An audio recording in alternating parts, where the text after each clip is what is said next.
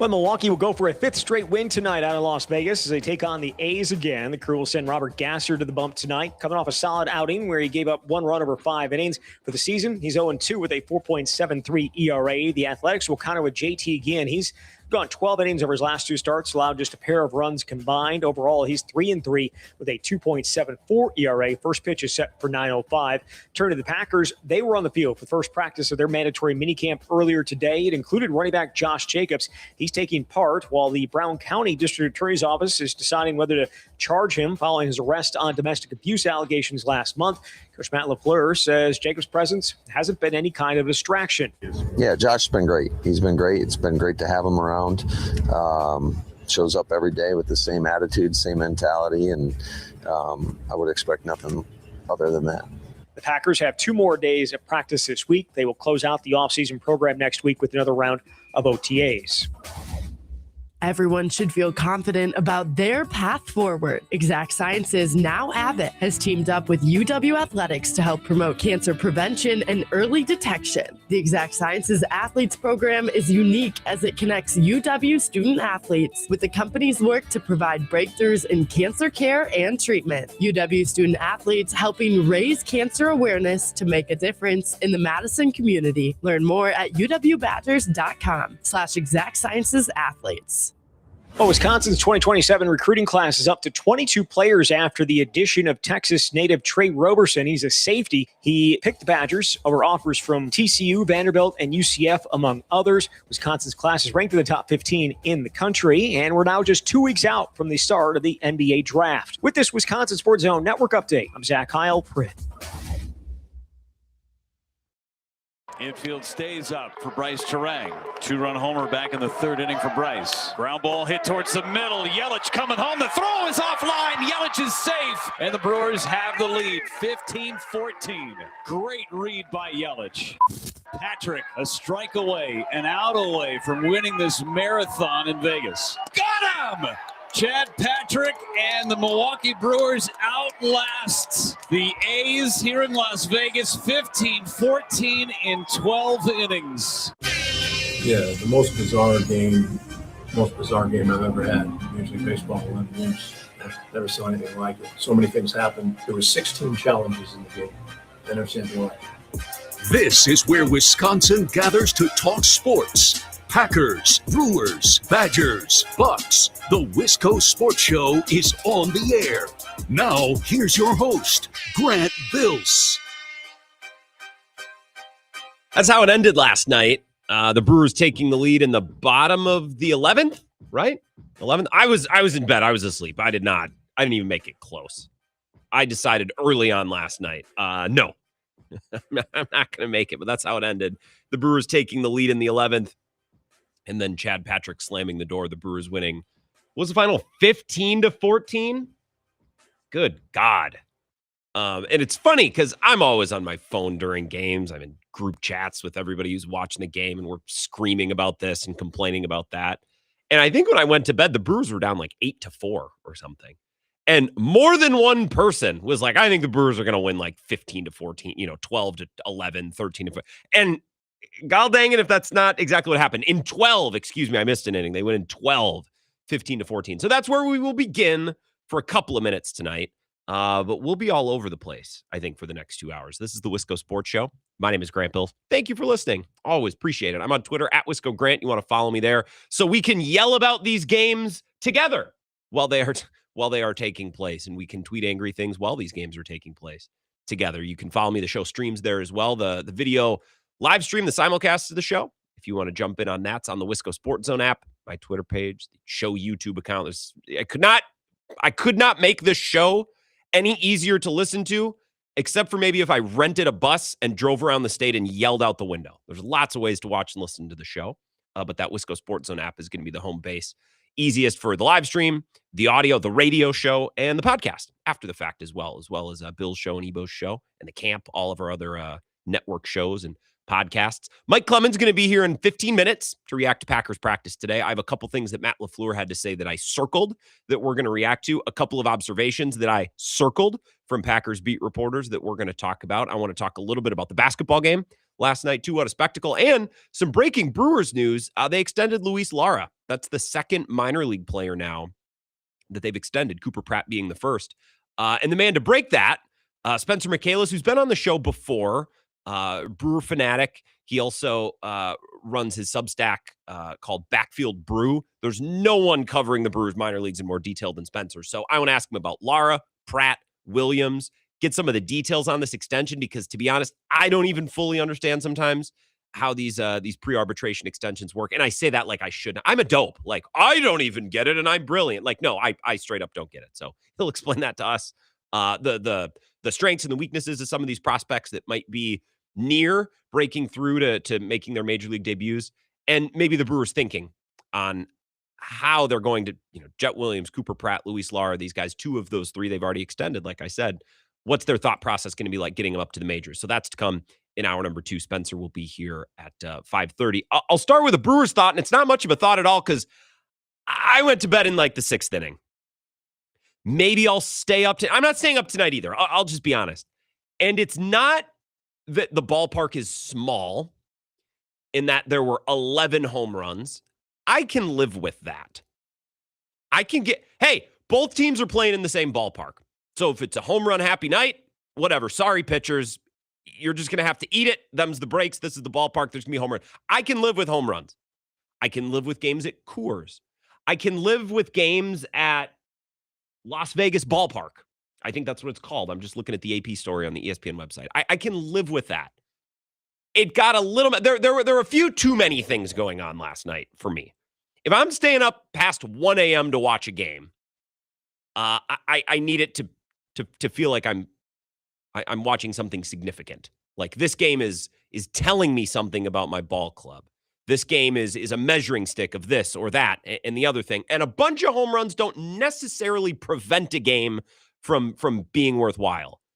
My problem is the 11 home runs and the infield that looked like it was packed as hard as a parking lot. Like, I know Joey Ortiz, there were a couple of balls looked like he should have had, and that led to a couple more runs probably being scored early off of Kyle Harrison. So poor Kyle Harrison. But the infield looked like it was packed like a parking lot, like pavement.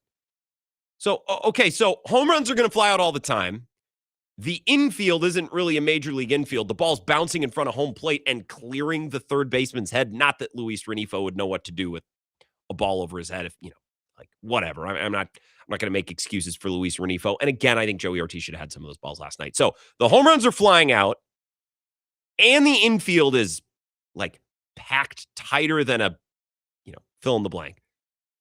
Also, the camera angle was wretched. It was really difficult to tell what was a ball, and it was low and it was off to the side. And also the ump was a disaster. The umpire was a disaster. What did Pat Murphy say in the intro? And I can't remember the total number of challenges. It felt like challenge after challenge after challenge. What did Pat Murphy say? How many challenges? Let me play that cut one more time because I can't remember. Was it like something like, was it more than 15? What did he say? Yeah, the most bizarre game I've ever had in Major League Baseball in 11 years. Never saw anything like it. I mean, so many things happened. There was 16 challenges in the game. 16 challenges, which means the players kept winning challenges. Each team gets 2. I don't need to explain this to you. You know this. Each team gets 2. So on average, if we're just splitting it down the middle, and I don't know how the challenge breakdown was, but if there's 16 challenges in a game, let's say each team challenges 8 times. That means they're winning at least 6 before they run out. Goes to extras, sure, but the ump was a disaster, which with the challenge system will not fix, by the way. And I said this before the challenge system went into place. The challenge system is going to be nice for like 1 or 2 miserable calls at bad times. It'll prevent one awful call from porking a game. The challenge system does not fix an umpire that just doesn't have it. It's not going to fix CB Buckner, who I don't think has come back. It's not going to fix what we had last night where the ump just did not have a clue. It just turns the game into a pig F. It just turns it into a big cluster because everybody's challenging everything and slowing down. And then the annoying thing, that one of the few things that annoys me about ABS, because I'll, pardon the pun, call balls and strikes, I think it's mostly been good, even though I didn't want it. The one thing that annoys me is now anytime there's a strikeout and no challenge, I need to hear from the announcer, well, if they challenged it, they might have won. I don't need to hear that. If there's a challenge, great. If not, we don't need to put every pitch under the microscope. Well, he probably should have challenged it. If he challenged it, I think he would have won. He could have challenged it, but it would have stayed a strike. I don't need that. So 16 challenges. The ump's a disaster. Not that I can tell because the camera angle was a mess. Like that's not a baseball game. Oh, and by the way, you'll never hear this from me, but even part of me thinks after last night, like, I don't know, did one of Rob Manfred's cronies, did one of his fixers drop off some extra juiced balls last night? Come on. First game in Las Vegas. They want some fireworks. They want some excitement. You're telling me that's the craziest conspiracy theory in the world? That Major League Baseball may have, let's give them the juiced balls. Let's send a shipment out to Vegas out of those things. We'll have one of Rob Manfred's cronies drop them off. I don't think it's that insane of a conspiracy theory to think. The first game in Vegas, they're showcasing the new team. They're trying to acquaint themselves with the fans in Vegas. Juice balls, maybe. So 11 home runs, I can live with that. I can't live with 11 home runs and a disaster class from the home plate umpire and an infield that plays like a parking lot and a camera angle that makes it impossible to know what's going on. I can't. Sorry, I'm not staying up. I'll watch the first couple of innings. Now, I'm just complaining as a fan about watching. That's nothing to do with the actual baseball being played on the field. The baseball, good on the Brewers for battling. Andrew Vaughn is out of his gourd. And Contreras got one up on the pulley and got it out of there last night. Good. Terang and Bowers continues to just smoke baseballs. Awesome. Tip of the cap to the baseball team. And if you can steal some wins in this mismatch ballpark with an ump that doesn't have it and an infield that's not playing like a major league infield, if you can steal some wins out of this, great, because they count the same. I'm just not staying up past midnight to endure it. I just sat through 3 games at Coors, which is maddening enough. I probably won't be staying up. Hey, but tip of the cap to Bill Michaels. He stayed up. I woke up, I saw him tweeting at 1 a.m. I'm like, that a boy, Bill. So Evo went to bed before it started. Morning show. He's talking about that today. I watched a couple innings and decided, no, not for me. But Bill stayed up, so shout out. That is the end of my Brewers analysis of last night's game. We'll talk about Luis Lara's extension, like I said, in hour number 2. Spencer Michaelis will be here. A thought on the Knicks game. Wonderful pageantry. They turned that thing into an event last night. I was excited to get home and watch the pregame. And pregame sucks. Pregame exists for people who have nothing better to do, like me. I mean, I'm not saying it's a negative thing. Pregame exists for somebody who's sitting at home waiting for a game to start, and they wish the game would start, but it hasn't started yet, so I guess I'll throw on the pregame. That's what the pregame exists for. But I couldn't get home. I couldn't get home fast enough after the show last night because I wanted to see the pageantry. The celebs in Madison Square Garden, and the president is there. What's that look like? And Adam Silver was on with the inside crew before the game, and I thought that was, any commissioner interview is going to be kind of scripted, but I thought that was really good. Like, I was excited to watch the pregame and to see the atmosphere and to see if the Spurs could, not even the series, but draw it 2-1 last night, and they did. I found the pageantry and the production of it all to be more entertaining than the game itself. I did think last night watching that game, and I was going back and forth between the Brewers in the second half. But for the first half, the Brewers game had yet to start. And I'm watching it, and all I could think is, man, if I was a Spurs fan, I'd feel like throwing up. It's like the Spurs weren't even involved last night. You know what I mean? I know Wemby's a huge draw, so that's going to get talked about. But their jerseys may have well said the Wichita Cornrows or whatever. Like, it didn't matter who was playing against the Knicks last night because it was all about the Garden and celebs, and we're keeping track of who's sitting where. And the president is there. And they had to set up different things, and that became a whole talking point. It was very entertaining. The basketball was fine. I think you're always going to run into questions from fans and side eyes from fans when a team is up 2-0 in the finals. It's reasonable to think that the league, and therefore the league's officials, may have a vested interest in extending the series. I don't think Scott Foster was one of the referees last night. I guess I wasn't paying that close attention to who was reffing. But I would imagine Knicks fans today are thinking, well, yeah, they were going to give a better whistle to the Spurs last night because they want the series to continue.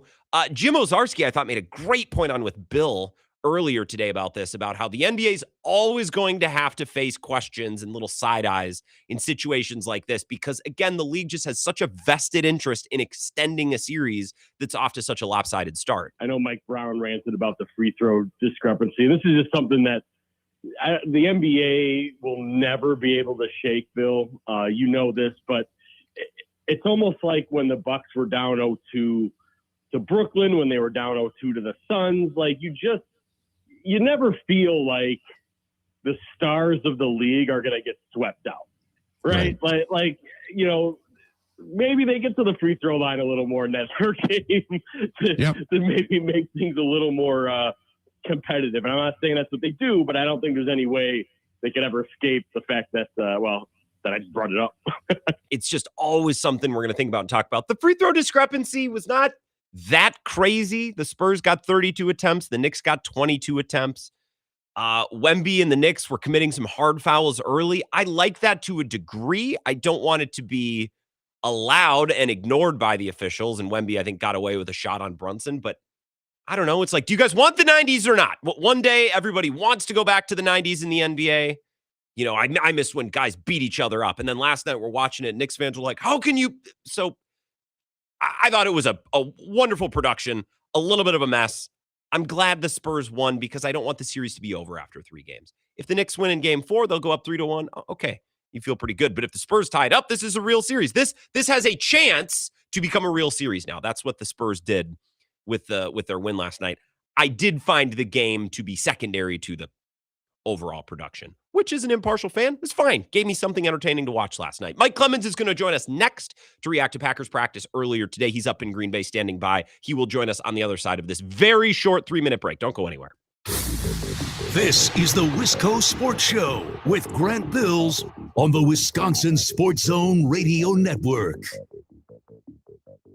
Shopping for new windows and doors shouldn't feel like a negotiation. Pella Windows and Doors of Wisconsin doesn't believe in games. They never inflate pricing, and there's no high-pressure sales pitch. Just premium windows and doors built for long-term comfort, beauty, and peace of mind.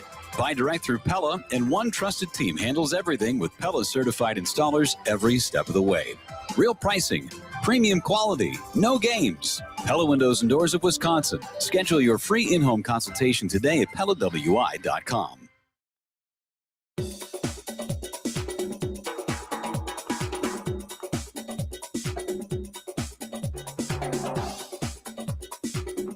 The Wisco Sports Show will resume in 3 minutes.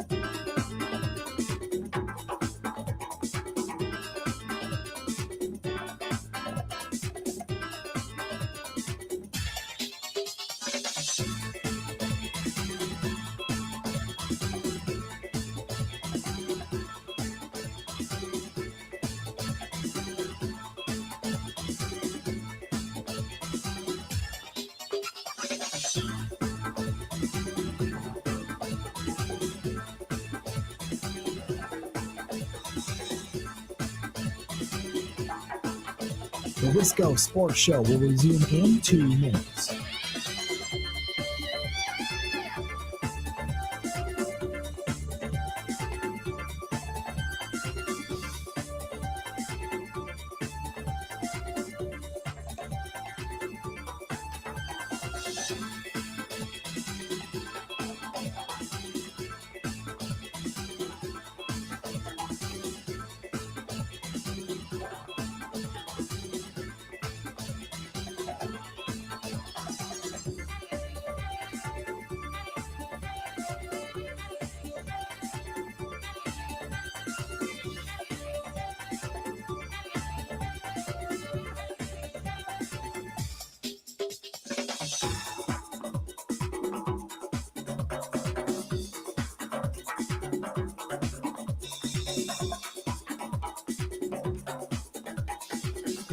The Wisco Sports Show will resume in 1 minute.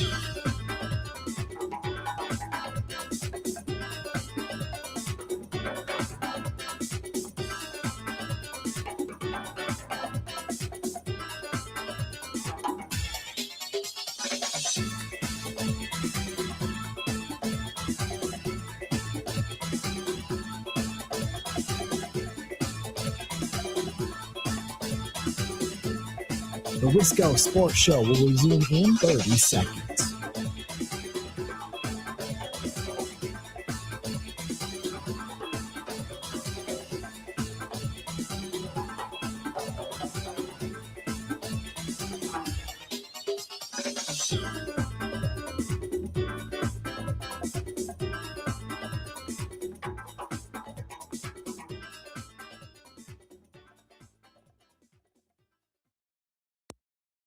Yeah, Josh's been great. He's been great. It's been great to have him around.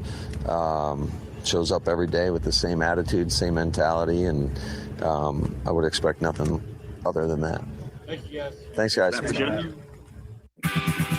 Matt LaFleur speaking earlier today. He talked about Christian Watson's extension, and I clipped a couple of those comments. We'll get to those later on in the show. But Josh Jacobs is the story that was so big right when it broke, and we've got no new developments about it, so you almost forget that it's going on. But that's all that Matt LaFleur had to say about it today. Mike Clemens is here, thanks to the Bay Motel in Green Bay. Quiet, cozy, comfortable. Less than a mile from Lambeau Field, and the Bay Family Restaurant is outstanding too. So whether you're planning to head to Green Bay for a game or for whatever other reason, baymotelgreenbay.com for reservations, or you can give them a call. Ask them any questions you have, 920-494-3441. And I could give you Mike's room extension if you want a personal testimony. But, Mike, you probably don't want that, correct? No, always Okay. welcome to meet people in a public place, not necessarily my room. Gotcha. So is there anything else other than we have nothing to say at this time regarding Josh Jacobs? No, someone might be saying, well, gosh, how long does this take? I mean, Sure. that happened Memorial Day weekend. And, you know, you talk to one attorney that says the longer this goes, the better it is. Or the longer this goes means they're still waiting for the results to come back from the lab. I suppose. Oh, God, you know, so this could happen in any degree. But in the meantime, you know, today the coach was asked a week later, hey, you know, what about Josh? Yeah, no, he's here. He's Josh, you know, and we'll wait for the district attorney to decide what's next after that before, you know, the district attorney will tell us how we feel. And then after that, the league will tell us how we feel about that situation. Yeah. So today, though, you can't help but look harder at, okay, there's a rep by Chris Brooks, okay, and Marshawn Lloyd, who, you know, that burst is there. And even when you ask Jordan Love, like, what's the deal with Marshawn Lloyd? Why do they hang on him? Guy's got a twitch, man. Yeah. And he said we call him, I think they call him the heater can or something like that. Like they've got a nickname for him. But, you know, go back maybe as far as Hackett or something like that. But that guy has got a unique burst to him. First step. I saw that first step, that first cut. I saw multiple people post about that today. Yep.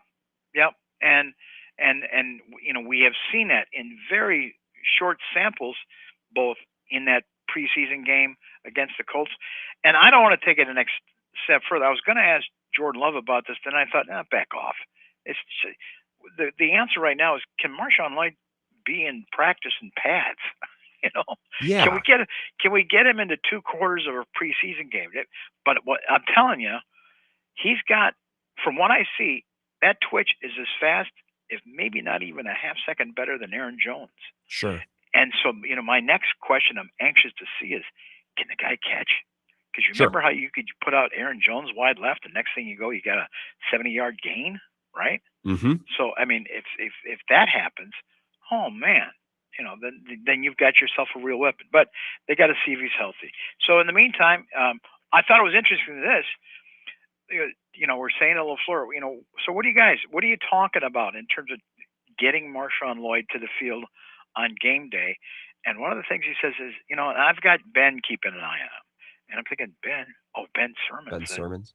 His coach, his running back coach. So that means I've got my position coach monitoring this kid. Are you overdoing it in the weight room? Are you checking in with the trainer? What are you doing in the off season? If I do a certain drill on Tuesday, are we going to repeat that on Wednesday, or are we going to give it a day of rest? So he sort of put the running back coach to say, it's your responsibility to keep this kid healthy and to monitor the situation. So there's that delegation. The other thing I think about is, it was apparent last December that Emmanuel Wilson, even though he racked up a lot of yards against the Vikings, and I talked to Javon, that's the way he pronounces it, Hargrave.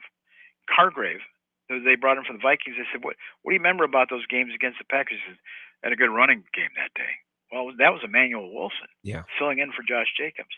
And by December, Emmanuel got the idea, or his agent was telling him, I don't think they're going to bring you back. And he got pretty disgruntled there toward the end. If there's anybody that probably filled out a poor report card in the Packers and Matt LaFleur, it was that guy, who's now with the Seattle Seahawks. But talking to one guy that's connected with the team, shall we say, I think the guy that they might have in the practice squad they're interested to get a look at is this Pierre Strong Jr., who's a big kid. At 5'11", he looks bigger than that, out of South Dakota State. And they've seen some bursts of him in the 11-on-11, in season, that they're anxious to see what he can do. Maybe he's that next guy that can be your fourth running back. The other thing is that I just thought going into this season, with Wilson signing in free agency, Goody's going to pick up another 3 or 4 year running back from some other team that's deep at that position by the end of camp or Labor Day weekend, like this team has done in the past. Mike Clemens is here. Thanks to Bay Motel. You mentioned Matt LaFleur and what he said about Marshawn Lloyd. Basically, the long and short of it was he's got to learn how to practice without hurting himself because he's always going way too hard. And maybe this is unreasonable, Mike, or maybe this is the fan in me, not the broadcaster or the owner, but reminds me a little bit of Christian Watson, where it's like, all right, we need to figure out how to manage his body. He's got to go see a specialist. He's got to know how to practice. And is it unreasonable, Mike, for me to question why it takes the Packers 3 years to take these steps with their young players who can't stay healthy? Like Marshawn Lloyd's going into year 3. Christian Watson was going into year 3 by the time he saw a specialist and got his body figured out. Like, what takes him so long? Well, at the end of the day, this is a Brian Gutekunst question. And then I think about the organization that he grew up in, if you will. And then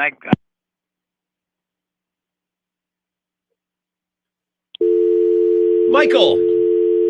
Oh, Michael, we lost Mike. Here's what we're going to do. I'm going to call Mike back, and we'll rejoin Mike for a couple of minutes from the Bay Motel. And again, I won't give you his room number, but you can call the Bay Motel, not Mike, but the front desk, 920-494-3440. Unless Mike called back. Mike, do I got you there? Yeah, I don't know why we got disconnected. What I was talking about was Marshawn Lloyd. When I think about Brian Gutekunst and his experience over the years, and I think about a couple of players. I think of Will Blackman, who was drafted with, it was one of the most amazing young talents. This guy could do anything in terms of speed, return man, defensive back, maybe even have a line up and catch some passes as a wide receiver, and not like a small Bo Melton. He's a 6'1" or so. He's an athlete. And he had this foot injury. He was one of the most coordinated guys ever. He had this foot injury that dragged on for like 2 years, some other injuries. They just couldn't keep him on the field. And after 2, 3, 4 years, eventually, he moved on. Now, he ended up having an okay NFL career, probably not as great as we thought it would be. But, you could see in the scouting, and when they picked him, the potential there, and he just couldn't get past it. Another one was a defensive back who looked young, a little bit of a project, but smart, hardworking, and kept on having these injuries. And after 3 or 4 years, they just said, okay, well, we're moving on. We think the world of this kid. Well, that was Casey Hayward. Yeah. And then he finally got healthy, later on. And he had a solid NFL career for the Chargers and a couple of other teams. And maybe they went too early on that, but it was the same feel as they've got for Marshawn Lloyd right now. So, you kind of, those file cases are in the back of your mind when you're deciding how much more time you're going to give this kid to get on the field. What's up with Aaron Banks? He was in the rehab group today? I don't know. It's June, and they're not going to tell you. And unless you can kind of, ask around, if and I didn't have a chance to work on that. I saw Isaiah McDuffie, the linebacker, over there in the rehab group. I did a double take. Well, what's the matter with him?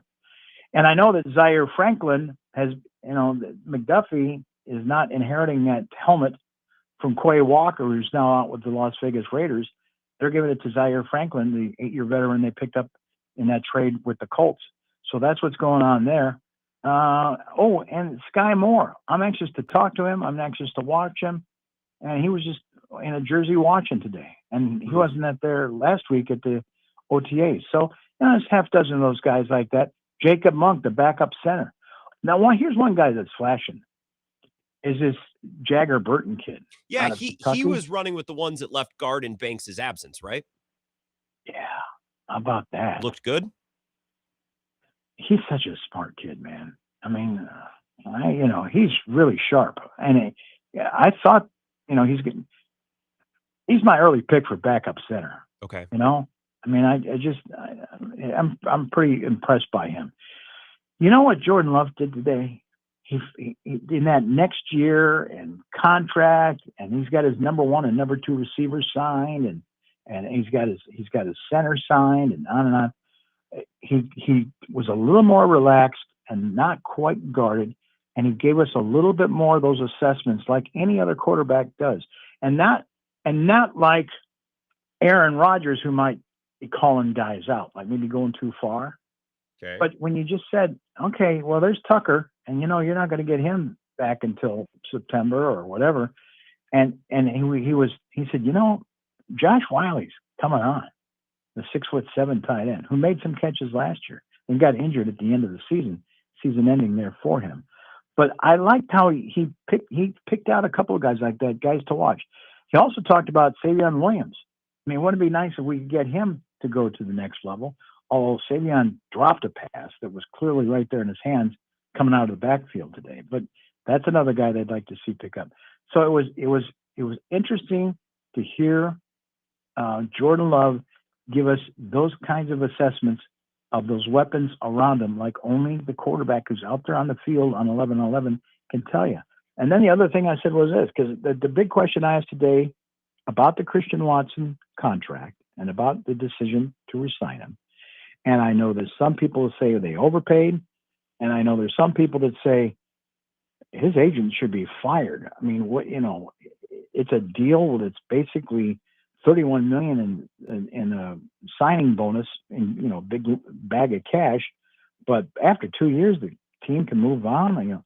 Well, guess what? That's an Andrew Brandt contract, man. That goes back 20 years. That's what Andrew Brandt, when he was in charge of finances, that's how they set up the Brett Favre contract every 3 or 4 years. Yep. Big money up front, and then options for the team to protect the team on the back end. That's really nothing new. And I asked LaFleur, tell me one thing that Christian Watson has done in the last year or two that he really made some improvements on. And I thought he might say downfield blocking or, better hands catching the ball. And he said consistency. Yep. Consistency.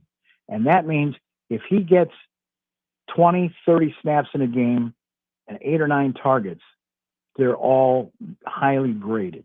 And he said, watch the tape of the Giants game last year. And then I told that to Christian Watson, and he said, I can see that. But he also said, Jordan Love said, I told that to Jordan Love, and he says 50-50 balls. Christian Watson is better at coming down with a 50-50 ball than he has in the past years. So I have that audio from Matt LaFleur. I'm going to play that. We can react to it after this break, because I think it's probably the takeaway from what Matt LaFleur had to say today. One more thing from practice, Mike, before I let you go. Sorry, I'm keeping you long. It's June or July or August, and Lucas Van Ness is flashing, so nothing new, but I saw a lot of positive remarks from Packers reporters today about how he looked. Well, the spotlight's on him, and Micah Parsons has endorsed the kid, through last December and then last week. So it's like we've moved on. Rashawn Gary and whatever that was all about, he's no longer here. And Micah ain't going to be able to play until October. And, Lucas, it's your turn. It's your time to flash. So when you see him get one step quicker, and your quarterback, Jordan Love, again, unsolicited, said, hey, what do you think about Lucas Van Ness? Man, he's that first step is better. It's better. He's getting back there faster. So maybe that's something we're making an indication for. But whatever, if that, again, there's another player that if he can stay healthy, and maybe he's also trusting his instincts more. Sure. Maybe his new defensive coordinator is letting him go. There's a lot of factors to consider with Lucas Van Ness. We'll get into that. You'll hear what Micah Parsons had to say about him and Matt LaFleur's comments on Christian Watson when we come back after this break. Mike, I appreciate your time. Thank you. I know you're spread between multiple shows and stations and you're running around, but thanks for a couple minutes. It was nice to chat.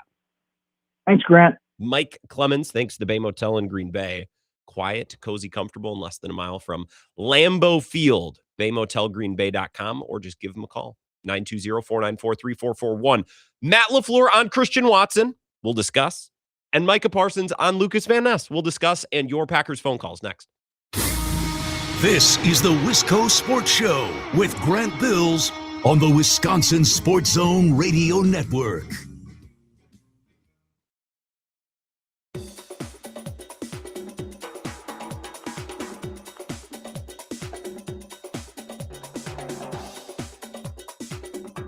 The Wisco Sports Show will resume in 5 minutes.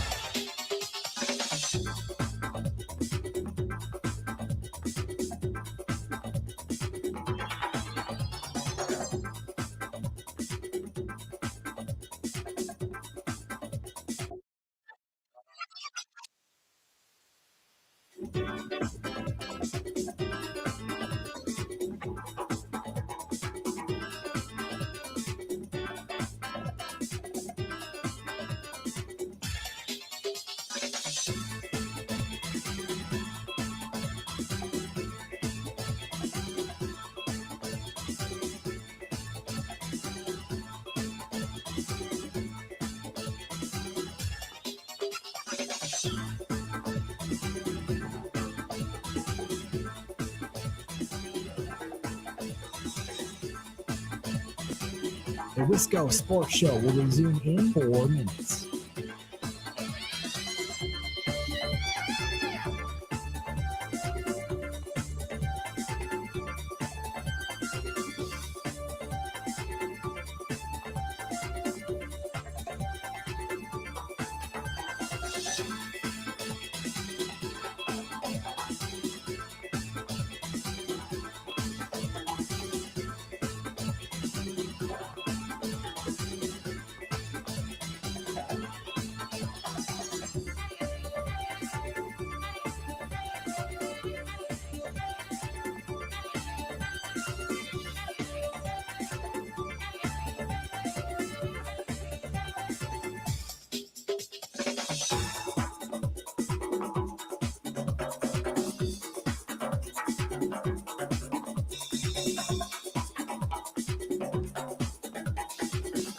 The Wisco Sports Show will resume in 3 minutes.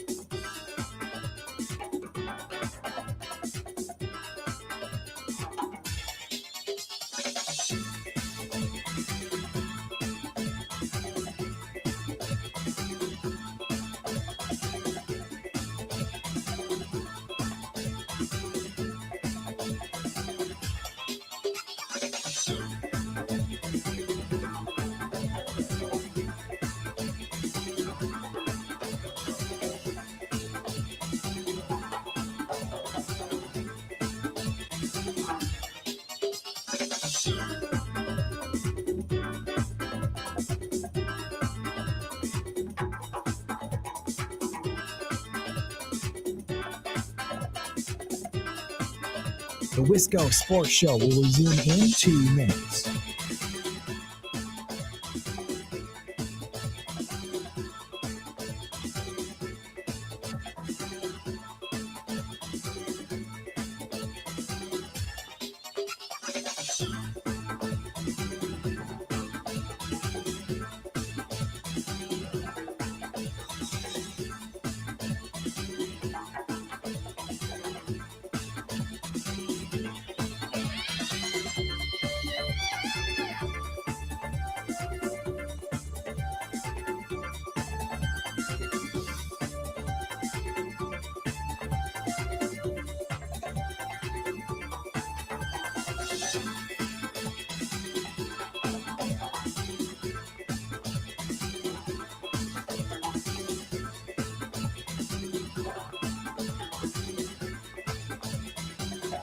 The Wisco Sports Show will resume in 1 minute.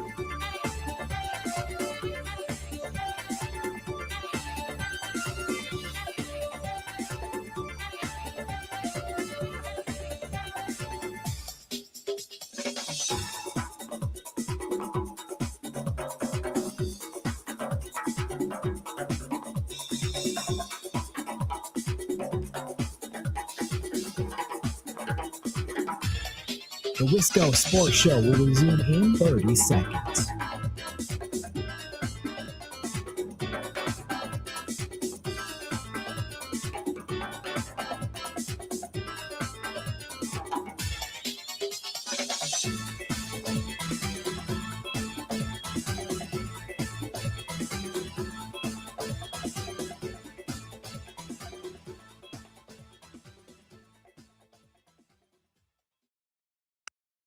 I think between all of us, I think Luke is someone that people sleep on the most, and I don't know why.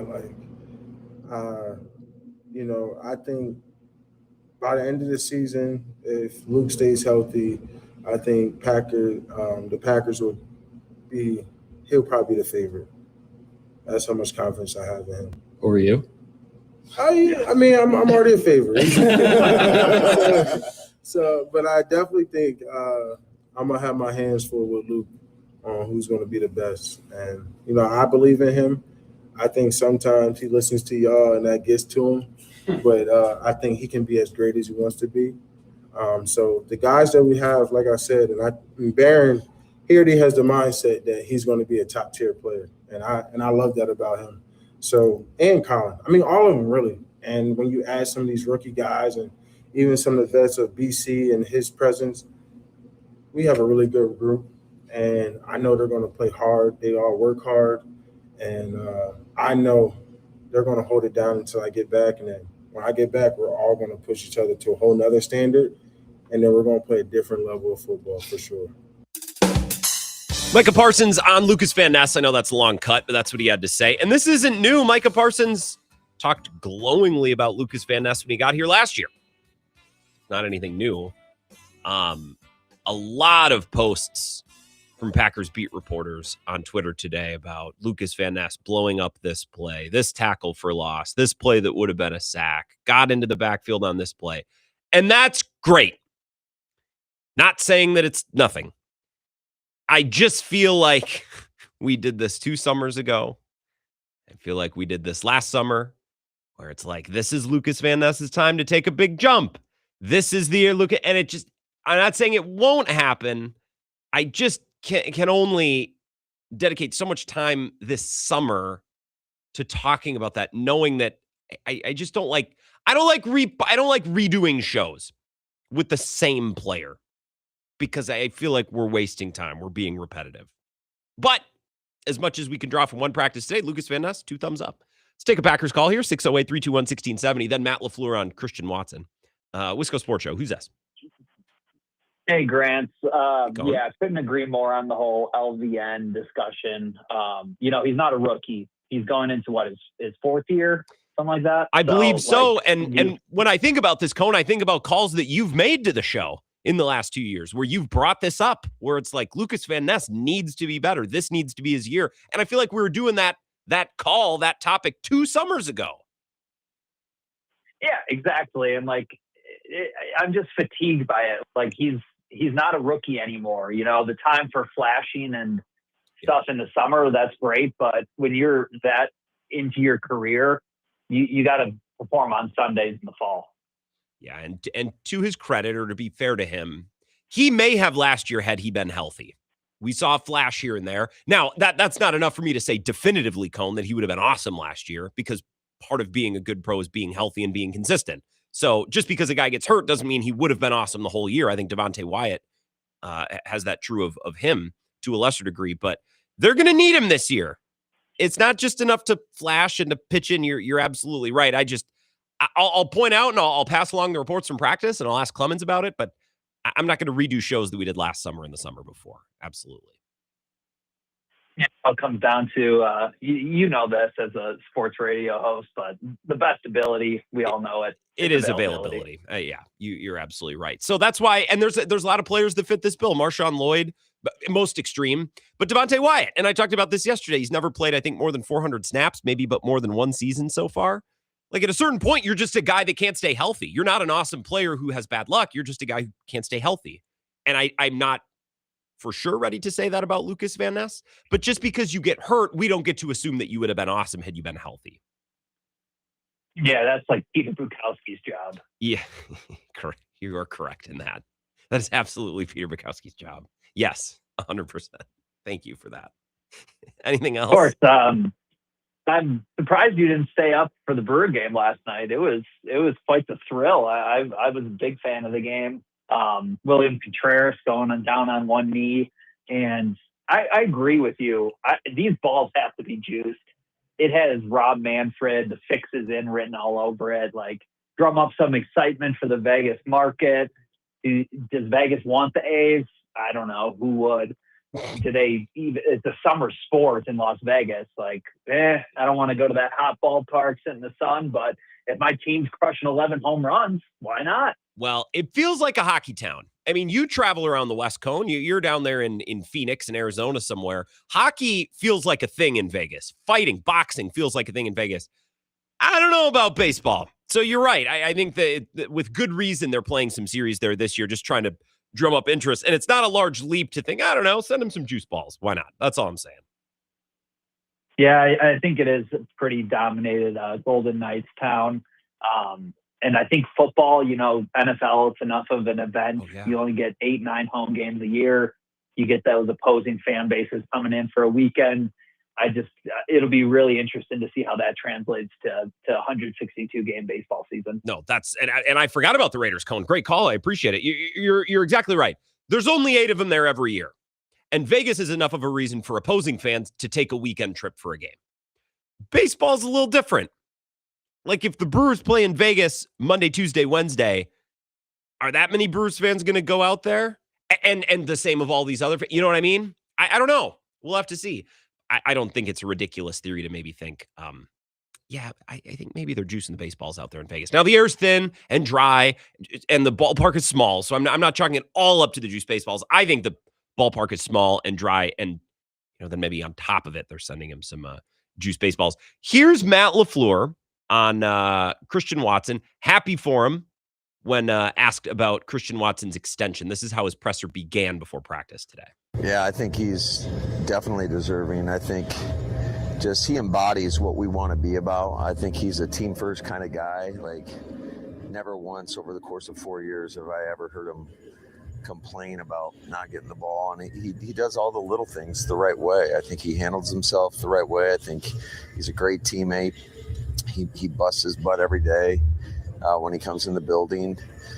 He does all the dirty work in the run game. So I was super fired up for him. So some people heard that comment and read it as a shot towards Dobbs or to Wicks or guys who aren't here. I did not hear it as that. Although if you want to theorize, knock yourself out. I don't think that comment was anti-Romeo Dobbs, Dontavian Wicks. I think that comment was unabashedly pro-Christian Watson. They love Christian Watson. They always have. He's a perfect Matt LaFleur wide receiver. Blocks his ass off in the running game, doesn't need volume, will pitch in and contribute in the facets of the offense that aren't all that sexy and aren't all that exciting. That's a Matt LaFleur wide receiver. Now, we can debate whether or not Matt LaFleur is misguided in those values and what he looks for in a wide receiver. That's fine, but that's how he sees it. I remember talking about this with Mike Renner a couple years ago when we were talking about Packers wide receivers. And I can't remember who. It might have been about Watson, where we're talking about it. And Matt LaFleur loves his wide receivers to be able to block. And I remember Renner saying, I don't know that I would care that much about that. And I don't know if that's smart, but that's what Matt LaFleur values, is that thing. And Christian Watson does that thing maybe at a higher level and a more consistent level than any Packers wide receiver in recent memory, maybe save for Allen Lazard. But Allen Lazard was slow and not that good. Christian Watson is fast. And when we've seen him at his best is really good. There was another comment, question and answer here for LaFleur that I wanted to point out. However, I didn't cut it individually, so I'm going to have to drop in here. I think it's right here, but if I have to skip around, bear with me. One aspect of his Here we go. This is Mike Clemens asking him, is there one aspect of his game that's improved a lot to the point where now they're ready to give this extension that maybe they wouldn't have been in the past? Is there one aspect of his game that he's made a tremendous improvement in the last couple of years, something you set for him? No, I think just the consistency at which he shows up. And I mean, I think we saw it last year, just the impact that he had on the game, even when he's not getting the ball, but certainly when he's targeted. And I mean, there were so many big plays. I was watching a bunch of them today, as a matter of fact. You had some huge catches in that Giants game a year ago, obviously Detroit. But I think when we've gone to him, I think the consistency at which he's made those plays has gotten better over time. So I think that's a perfect summary of how I feel better about Christian Watson now than I did 2 years ago. And the Giants game is a perfect example, I think, of that touchdown in the corner of the end zone where he just went up and got a ball. It wasn't a bad throw, but he was not wide open, and it was not dropped in a bucket over his shoulder. That ball was up there to be had, and he went and got it and scored them a touchdown in a game that was very much up for grabs, just like the ball he caught. Like that game was on a razor's edge for almost the entire thing. Malik Willis was in there at some point. Romeo Dobbs was dropping passes, and Christian Watson basically went up and won them a game with that catch. I don't need Christian Watson to make 10 catches like that every week, but if you're going to build the offense around him being your number one guy, and that's the way they built it, he's occasionally going to have to go and get those balls. I thought that was a great sign. And I also think last year, week by week, we saw big improvement from him. Just an example, 3rd and 7, a 9-yard outbreaking route at the sideline, catching the ball away from his body. I trust him to make those catches. 2 years ago, maybe I wouldn't have. I thought he really rounded out as a receiver last year. 3rd down, tight window throw, breaking towards the sideline, reaching away from his body, strong hands, making that catch. That's not a catch that necessarily I would have felt great about him making on a gotta have it play 2 or 3 years ago. Last year, I thought took tremendous strides in that department. So we'll talk a little bit more, couple more minutes on Christian Watson's extension. We got some pertinent financials. We can discuss that next to wrap up the first hour. Then we'll reset with some baseball talks. Brewers talk at 5:30. Spencer Michaelis going to be here to talk about the Luis Lara extension, the story that he broke this afternoon. Cooper Pratt and Luis Lara, 2 of their top 5 prospects. I believe in their system, it goes Madej, Pena, Pratt, Williams, Lara. They now have 3 and 5 inked to major league deals. Put him on the 40-man. Put another guy on the 40-man that's not contributing at the major league level. That's something they have to figure out, too. So we'll discuss all of that with Spencer Michaelis. More Packers talk, however, to wrap up hour number 1 next. This is the Wisco Sports Show with Grant Bills on the Wisconsin Network.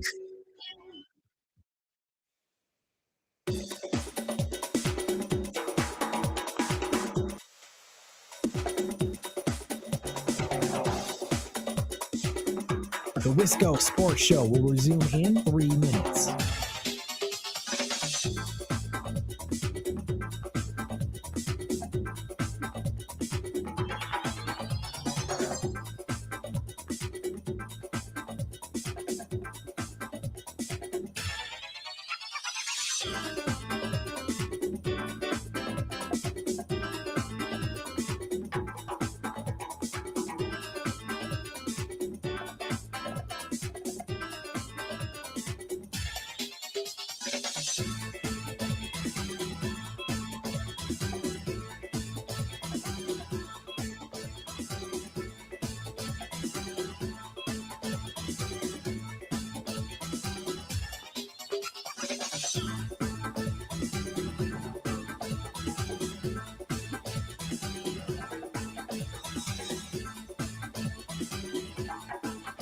The Wisco Sports Show will resume in 2 minutes.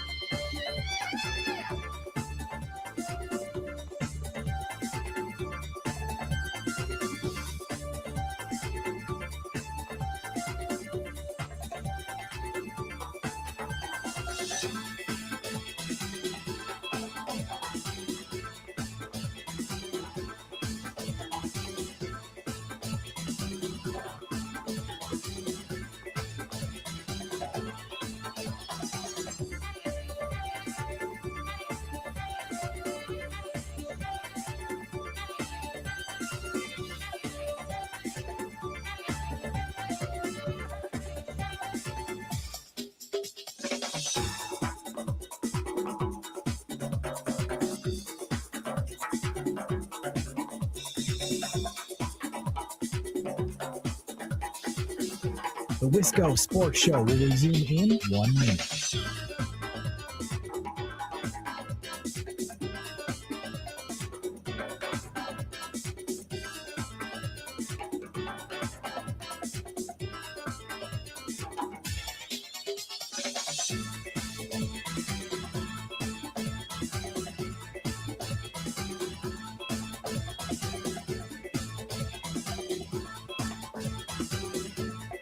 The Wisco Sports Show will resume in 30 seconds.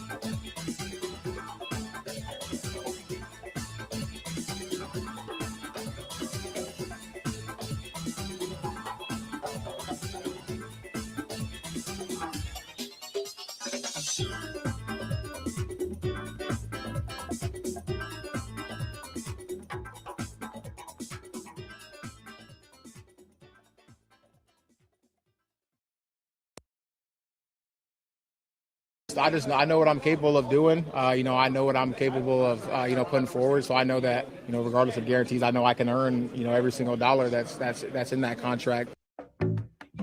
Christian Watson, it's not a particularly large contract. We've gotten more details that makes it seem even smaller. When the news of this contract first broke, I was just so confused. It's like, why is everyone losing their mind? He's never had 700 yards before. It's like, that's why the contract's not that big. You dopes. Look at the numbers. He got significantly less than Alec Pierce, who didn't get that much. Like, that guy's not that good. He's going to be, at this moment, which means he's peaking contractually, he's like the 15th highest paid receiver in football. Give it a year or so, and he'll be in the 20s, which is where he belongs. It's not that crap. How could they gave him $110 million? No, they gave him 30, and we'll see. That's how most of these deals work. So when Christian Watson says, I can earn all that money, I believe him. It's not that much money. It won't be that hard. The Packers have invested so much in Christian Watson. They've just, from the very beginning, they jumped up to get him. They spent 2 first-round picks on him. Remember, that was the year following the Devontae Adams trade, when with their first 2 picks, they had 2 firsts and 2 seconds. And then went Quay Walker and Devontae Wyatt. And then in the second round, they basically used both seconds and maybe something else to move up and get Christian Watson. They've loved this guy from the beginning. They've been patient with early injuries and figuring out his body from the beginning. They have cleared the decks now with no Romeo Doubs, with no Dontavian Wicks. This is their guy. So this extension doesn't shock me in the slightest. And again, it's not that much money. I feel like people see the headline from Ian Rappaport or Schefter. They extended $100 million. How could they? It's like, well, guys, think about it, actually. It's not actually that much money. So we'll get more from Matt LaFleur on Christian Watson and more from Christian Watson, maybe as the show continues, and certainly as the week continues, more media availability, more open locker room for the Packers reporters to get in there, like Mike, get in there and sniff around. And we'll hear more from Matt LaFleur as well with OTAs this week, or is it minicamp this week, OTAs next week? Who cares? They're practicing, whatever they're calling it. The reporters will be there. We'll hear from players and coaches and observe what's going on in the field. We can reset with some Brewers talk in hour number 2. Spencer Michaelis at 5:35. Outstanding Brewers analyst. Nobody's got a better handle on their minor leagues and their prospects. We'll talk about the Luis Lara extension and whatever else is going on with the Brewers. That's at 5:30. But first 2 minutes, just the headlines from Zach Heilprin. We'll be right back.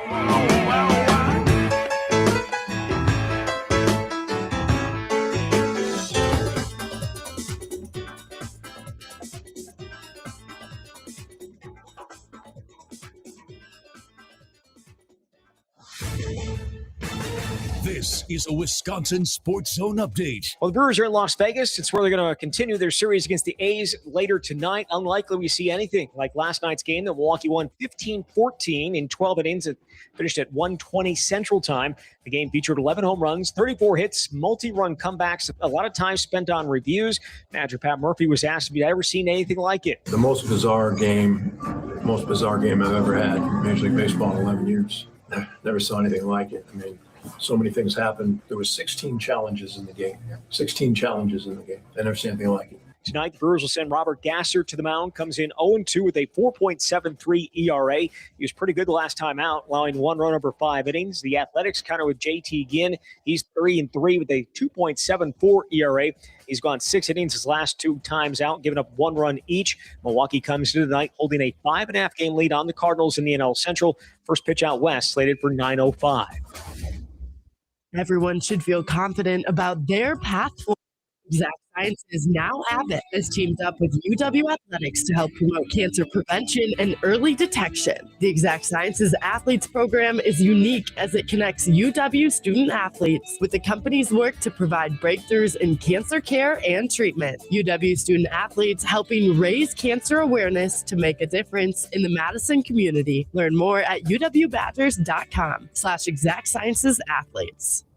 Well, the Packers opened their mandatory minicamp today. That included wide receiver Christian Watson, who got a big new contract last week. Coach Matt LaFleur said he was fired up for Watson, that he embodies how he wants his players to attack their work. Packers back out there 2 more times this week. And Wisconsin added a 10th in-state commit to their 2027 class yesterday, and offensive lineman Jack Tabbert out of Pewaukee. He had been committed to North Dakota State. With this Wisconsin Sports Zone Network update, I'm Zach Heil. Infield stays up for Bryce Terang. 2-run homer back in the 3rd inning for Bryce. Ground ball hit towards the middle. Yelich coming home. The throw is offline. Yelich is safe. And the Brewers have the lead, 15-14. Great read by Yelich. Patrick, a strike away, an out away from winning this marathon in Vegas. Got him! Chad Patrick and the Milwaukee Brewers outlast the A's here in Las Vegas, 15-14 in 12 innings. Yeah, the most bizarre game I've ever had. Usually baseball 11 innings. Never saw anything like it. So many things happened. There were 16 challenges in the game. I never seen anything like it. This is where Wisconsin gathers to talk sports. Packers, Brewers, Badgers, Bucks. The Wisco Sports Show is on the air. Now, here's your host, Grant Bills. Some sound from last night. Did you stay awake? I did not. Nothing personal. I probably wasn't going to stay up until the end, even if it had ended in regulation, even if it ended in 9 innings, even if it was played in a normal ballpark. A little much. It's hard for me to take that game seriously last night. But if you're going to play in the game, you might as well win. So good for the Brewers. Felt like a game that they kind of stole last night. Kyle Harrison not even making it through 3 full innings, and yet they won. The breaking news of the day, and we'll discuss this with Spencer Michaelis, Brewer fanatic, and Backfield Brew, the bottom of the hour here at 5:30. The Brewers extended Luis Lara. Robert Murray tweeting here in the last 10 minutes with the headline at Fansided, why the Brewers' Luis Lara extension is bigger than it looks. He tweets, Luis Lara is the 3rd Brewers player to sign an extension before debuting in the majors, with Jackson Chourio and Cooper Pratt being the others. There is risk in doing these deals now, but as one pointed out to me, doubt the Brewers at your own risk. It's actually not, it's not that big of a deal. Like Chourio's deal was pretty big, but if Chourio is just like, if he never gets any better than this, like that deal's a great deal. And I think he'll get better than this. Luis Lara is getting paid like a 4th outfielder with this deal.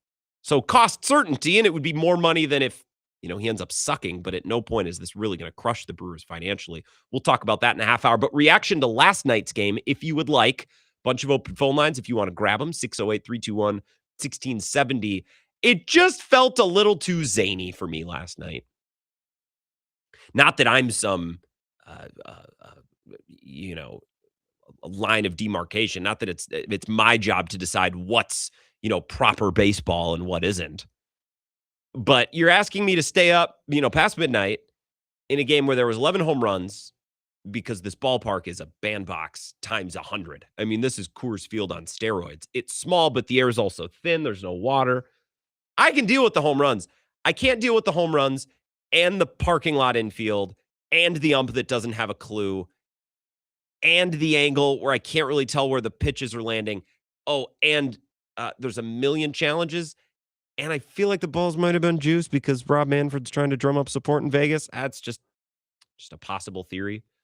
I don't know. Just didn't feel like a real baseball game. But counts as one, and the Brewers won it. So good for them. That's what, 5 in a row now? Yeah, 608-321-1670. 4 in a row. They go for 5 in a row tonight, I believe. Wisco Sports Show. Who's this? It's Darnell. Hey, Darnell.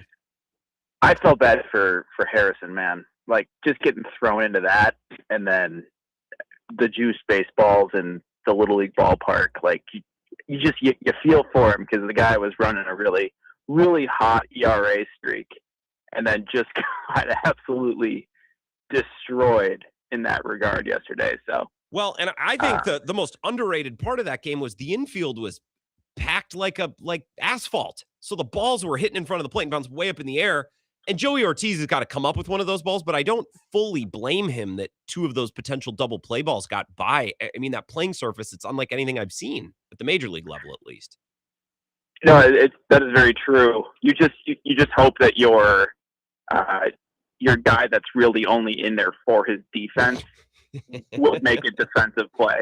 You know what I mean? Correct. Yes. So yes. That the fact that happened on essentially back-to-back plays was kind of hard to stomach.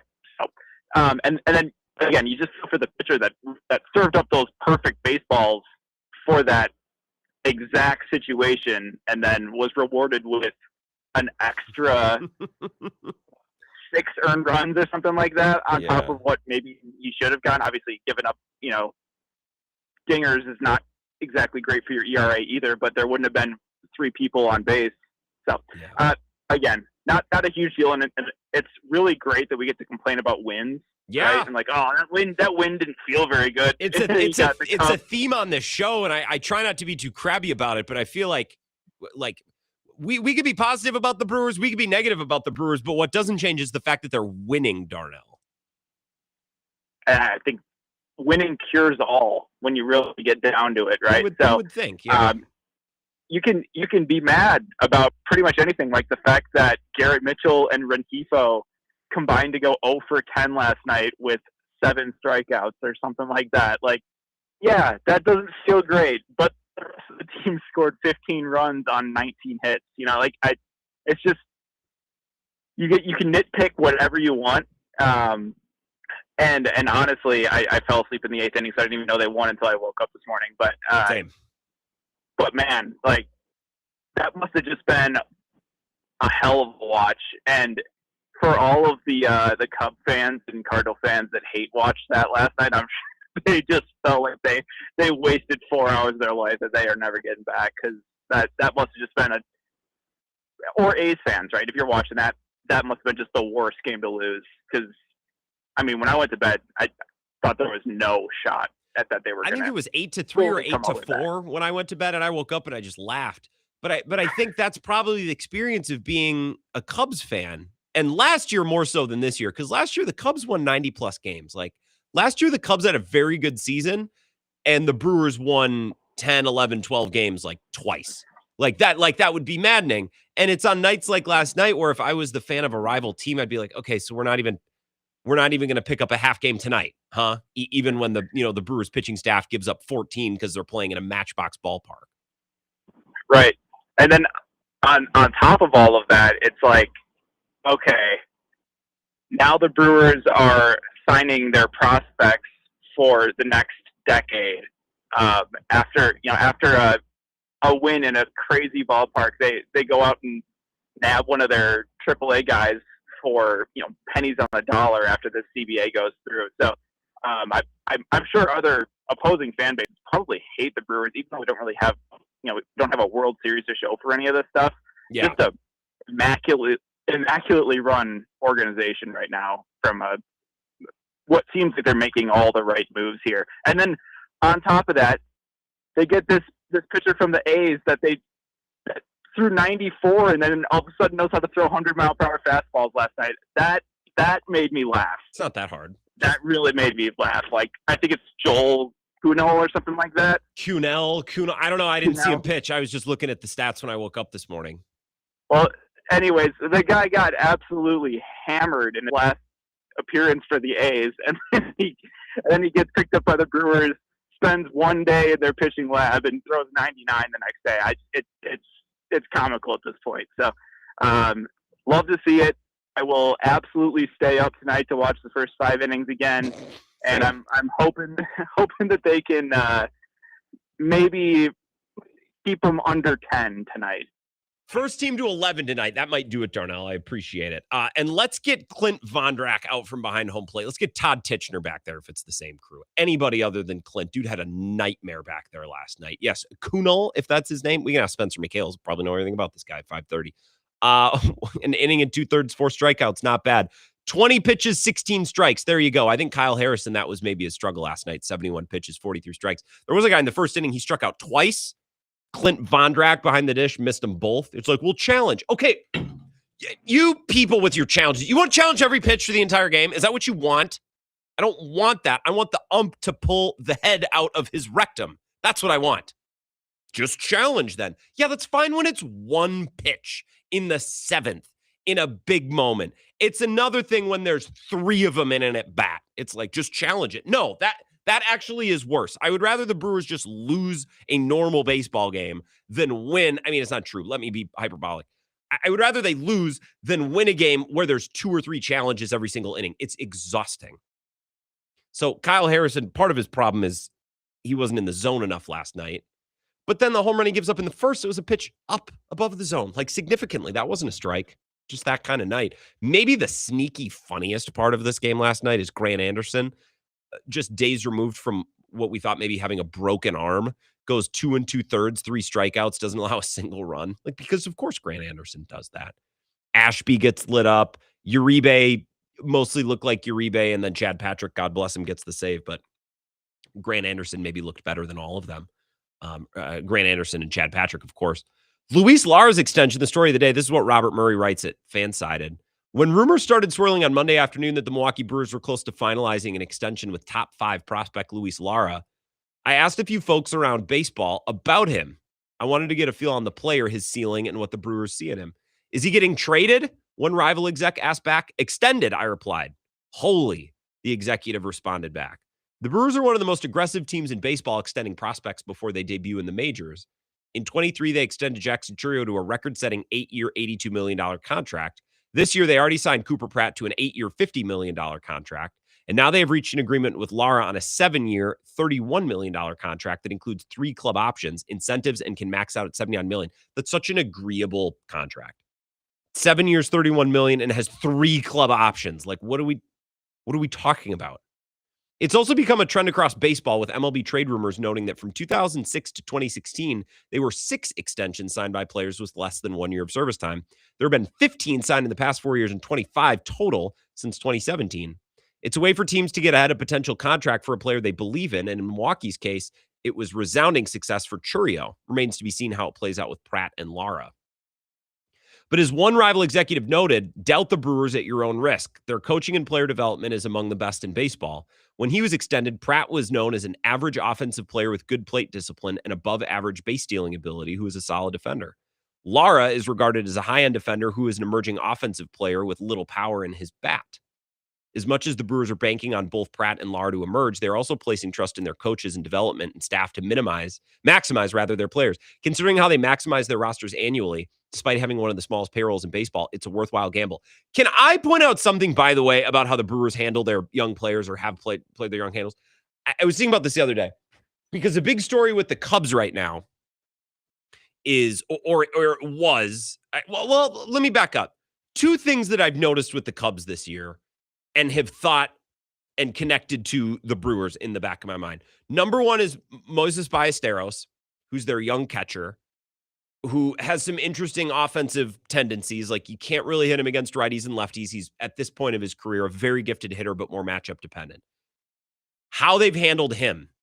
He got off to a hot start, and now he doesn't play nearly as much, and he seems like he started to press, and now he can't get it back.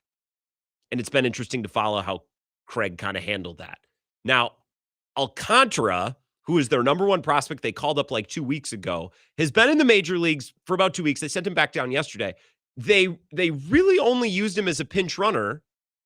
He got fewer at-bats than Blake Perkins did in the last 2 weeks. Blake Perkins, I believe his average is back up above 100. I don't know after last night.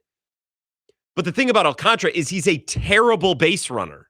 And yet he was relegated to a base running role, and he really hurt the team and probably doesn't feel so great about himself. Here's Sam Olber yesterday, Locked On Cubs, about the way the Cubs have used, is it Kevin Alcantara, who is their number 1 prospect who they have since sent back down. All spring training, I read and read and read and read about Craig Counsell getting upset with Kevin Alcantara on the bases. And yet he continues to use him as a pinch runner when, Matt, we were at the game, you and I, on Wednesday, screaming at him because he didn't tag right away on Nico's ball. He has no idea what he's doing out there. I don't care if he's faster than whoever he's pinch running for. He has no baseball instincts, and he should be off the team or off the big league roster tomorrow. And if he doesn't have options left, move on from him and make a statement. That was when he was called up, I believe, the number one prospect in the Cubs system. Now you can say, well, okay, he's still not that good. Fine. Not every number one prospect is, one of the top prospects in baseball, but it's still your number one prospect. And by and large, I would expect the organization to have a plan with a guy like that and to expect a player like that to contribute on some level. It has gone very poorly for the Cubs, to say the very least. Now, go back 2 years ago when the season began, Pat Murphy's first season at the helm. I remember pointing this out, and I don't say this to fluff my own pillow, but I didn't hear anyone else talk about this. I thought it was such a big deal. In hiring Pat Murphy, the Brewers entrusted Pat Murphy with Jackson Chourio. He's making $80 million. He's the future of our franchise. Handle him how you want.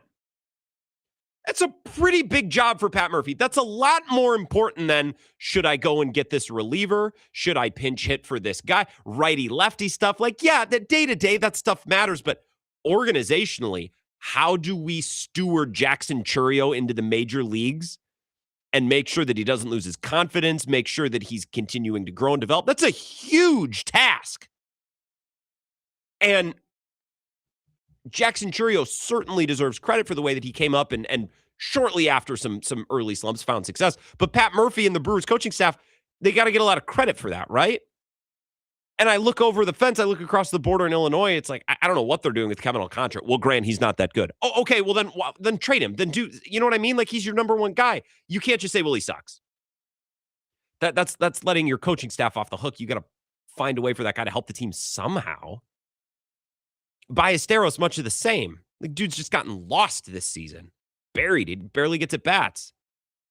So the way the Brewers handle their young players and bring them into the majors is just so much more impressive than some of these other teams. So I think these extensions are money well spent because they're trusting is who was I just reading? Bob, what's his first name? Why am I glitching? Good Lord. Robert Murray. Fan-sided, Bob Murray. As he points, like, an investment in a player, a contract in a young player like this before they debut is trusting your major league coaching staff to get it done. It's an important part of it. I'll take your Brewers calls after this, but we got to get a break in. So hang on over this break. Give me 3 minutes. I'll get to you right after this break. 608-321-1670. This is the Wisco Sports Show with Grant Bills on the Wisconsin Sports Zone Radio Network.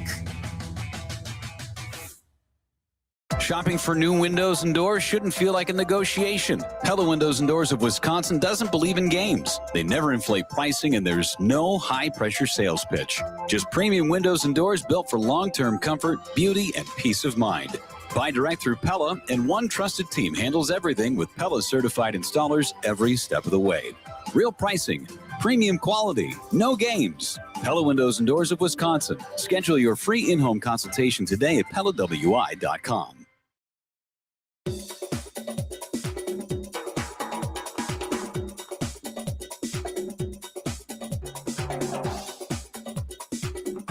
The Wisco Sports Show will resume in 3 minutes.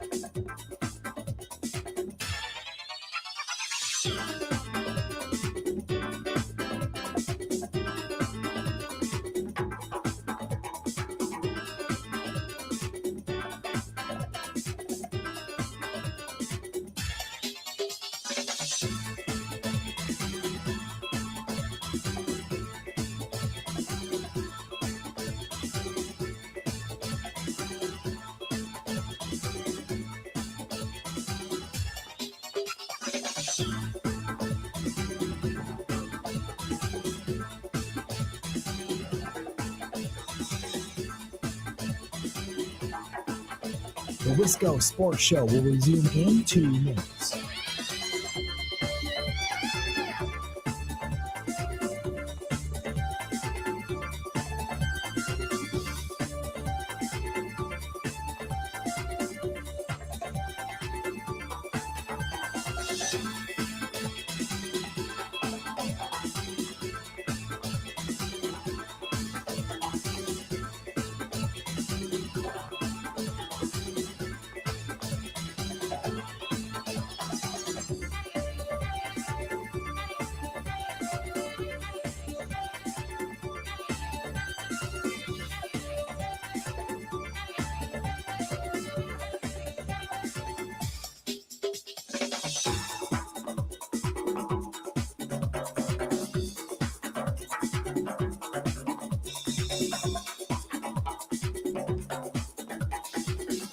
The Wisco Sports Show will resume in 1 minute.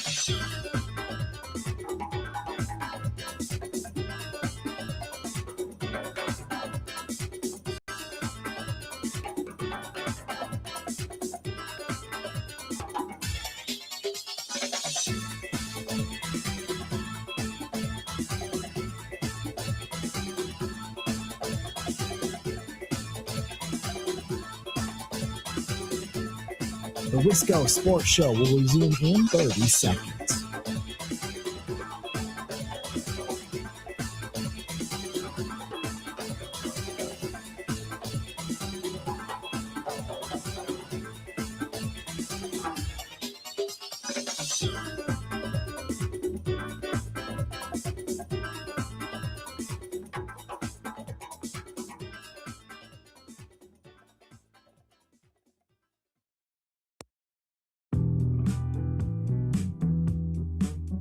Wisco Sports Show, Spencer Michaelis, Brewer Fanatic, in 10 minutes. Going to talk about the Luis Lara extension. Going to take your phone calls. I hope these are calls from Brewers fans and not Cubs fans who are about to yell at me about all of my inaccuracies and my takes about Kevin Alcantara and Craig Counsell. 608-321-1670. Wisco Sports Show. Who's this?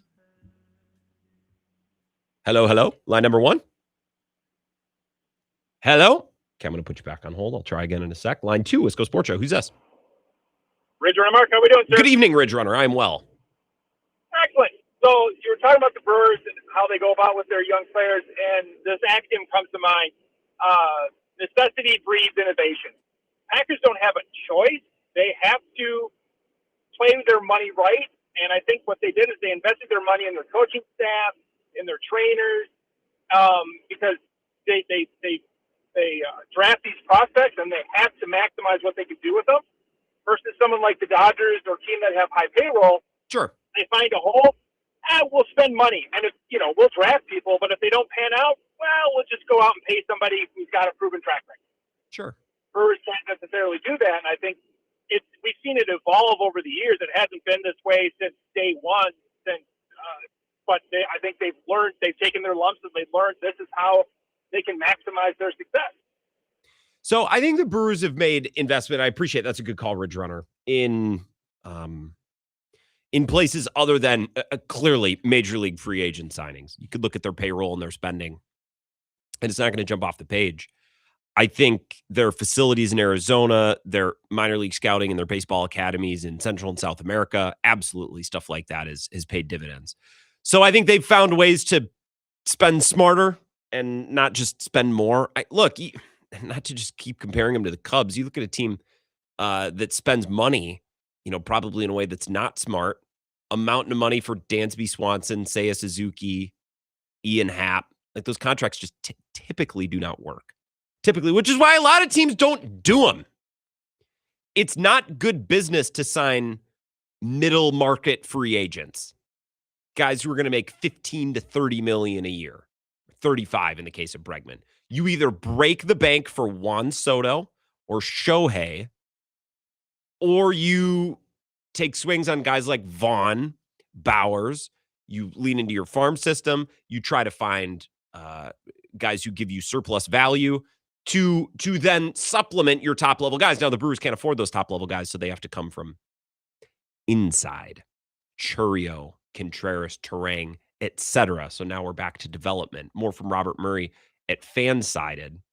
said Luis Lara's profile explains why Milwaukee moved now. Lara, 21, has ascended the Brewers organization since signing in 23 to a $1.1 million international bonus. Despite being listed at 5'7", scouts rave about his defensive ability. One scout referred to Lara as a potential Gold Glover.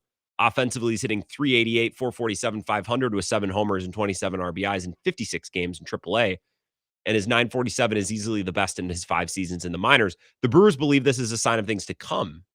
And it wouldn't be a surprise if they continue to try to extend their young talent. They have the best farm system in baseball, headlined by #1 overall prospect Jesus Madej, as well as Luis Pena, Jet Williams, Andrew Fisher, Jefferson Caro, among others. Although it's unclear who they may potentially come next. This is how the small market Brewers can ensure they retain their young talent in the long haul. After all, they traded Josh Hader, Corbin Burns, and Devin Williams in recent years before they received big paydays. If Pratt and Lara work out, they'll have more years of both control at team-friendly rates. The risk in doing that, of course, is that neither have played in the majors. I also, and I've talked about this, so I don't have to continue to bang you over the head with this. They traded Josh Hader, Corbin Burns, and Devin Williams in recent years before they received big paydays.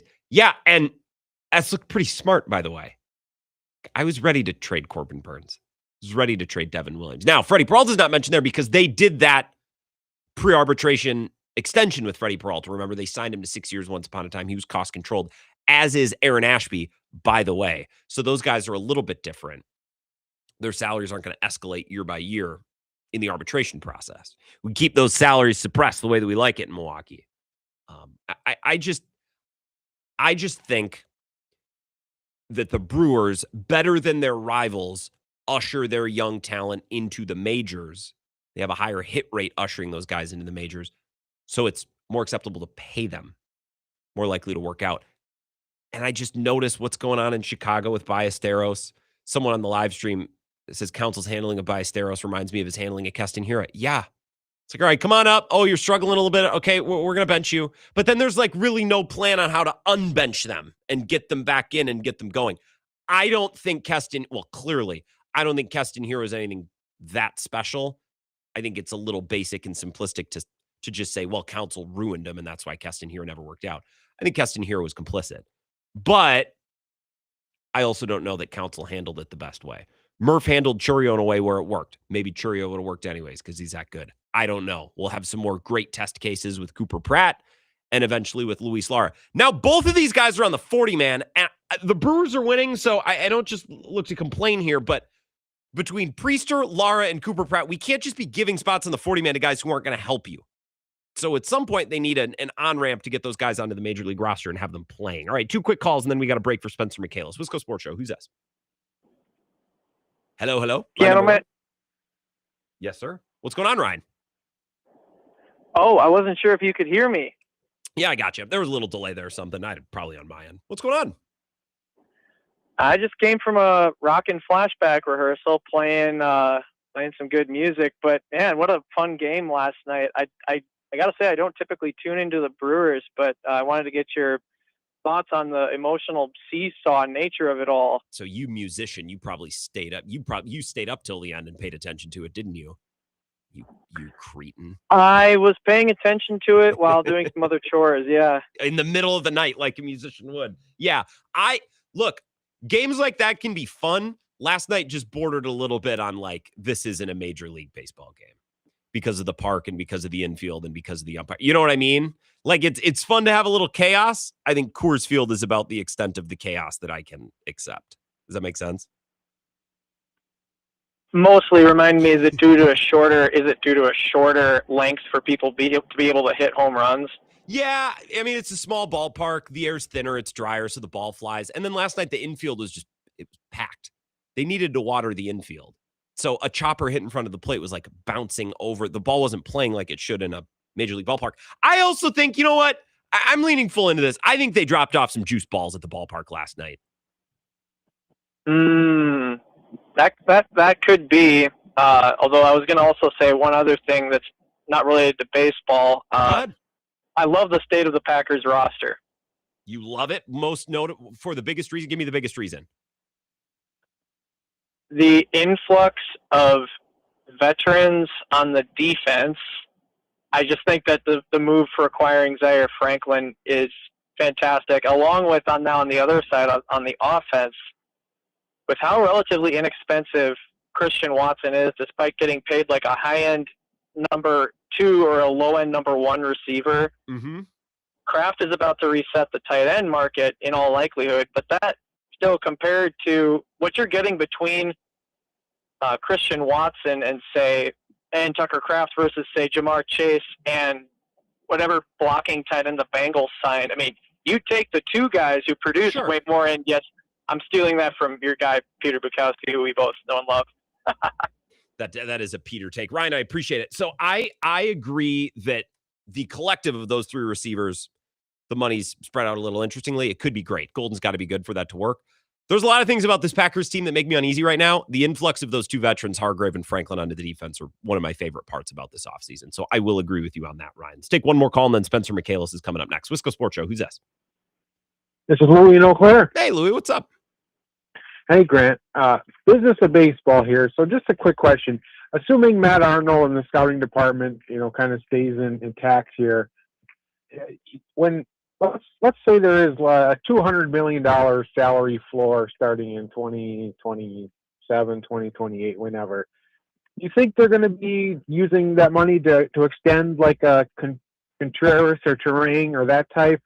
Or do you think they're going to be more apt to try to sign the young players, kind of like this deal with Lara and like Made, and doing it that way where they could still kind of have that approach of kind of keep the younger players and ship out the older players? Or do you think they're going to be more apt to keep a Terang, Contreras, that type? Terang is interesting. I would bet against it, Louis. I got to run. Appreciate the call. Contreras is getting traded this offseason. I don't want to extend a catcher into their 30s. And I think Contreras is a very good player. I think he's an imperfect player. I don't want to extend it. It's going to be interesting with Mark too. Like, does Mark, if Matt Arnold says, well, if you want to pony up this money, we'd love to keep Terang and he could still fit in our future plans. I don't know. That's maybe more of a Mark question. I think they have enough depth and talent where they could trade Terang and keep going. That's what I would bet on. Contreras to me is as good as gone. Terang's interesting. I don't know how that player ages, and I don't know how they view the talent around him that's coming up into the majors. Terang's more interesting than Contreras. Would still bet against it, but I'd crack the door open. I don't know. I'm always trying to pick out spots where we could see, maybe exceptions from the front office or for the ownership, the way they acquire, the way they spend. Spencer Michaelis is going to join us next to talk about this Luis Lara extension. I want to ask him about Jet Williams and Cooper Pratt, and now the path forward with these guys, because the Brewers are going to have to make some decisions. This is the Wisco Sports Show with Grant Bills on the Wisconsin Sports Zone Radio.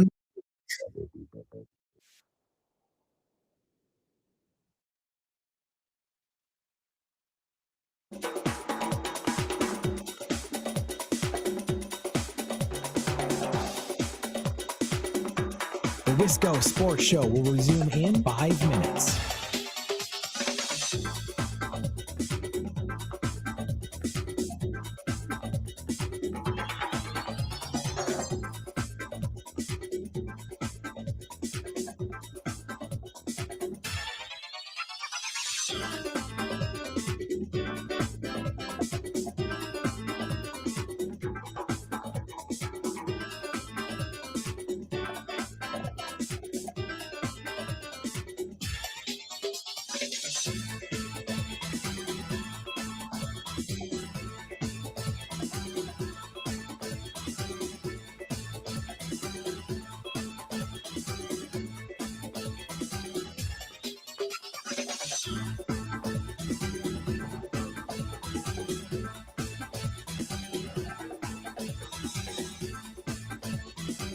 The Wisco Sports Show will resume in 4 minutes.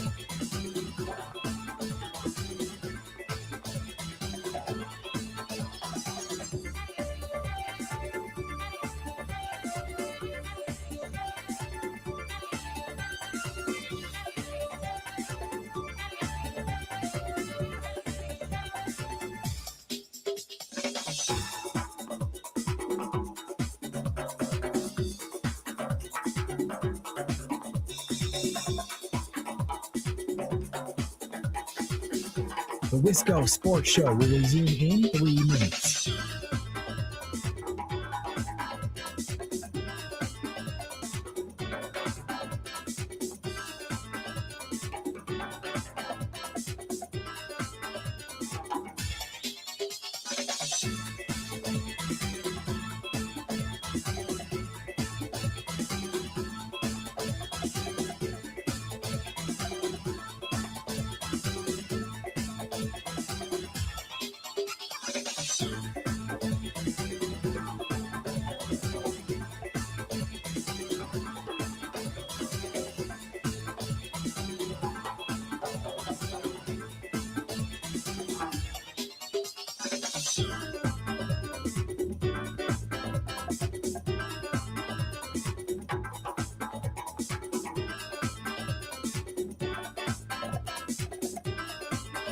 The Wisco Sports Show will resume in 2 minutes.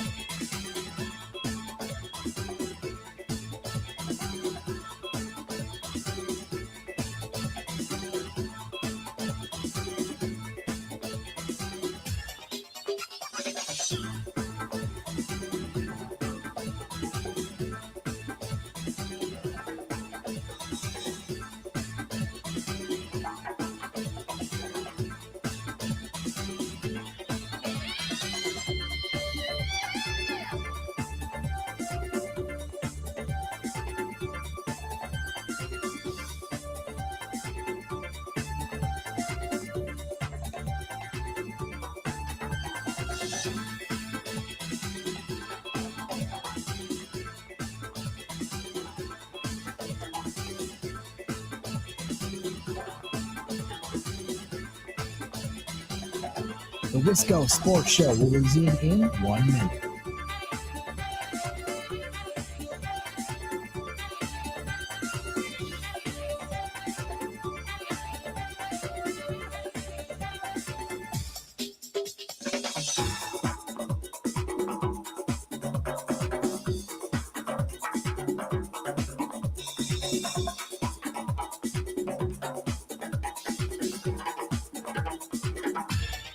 The Wisco Sports Show will resume in 30 seconds.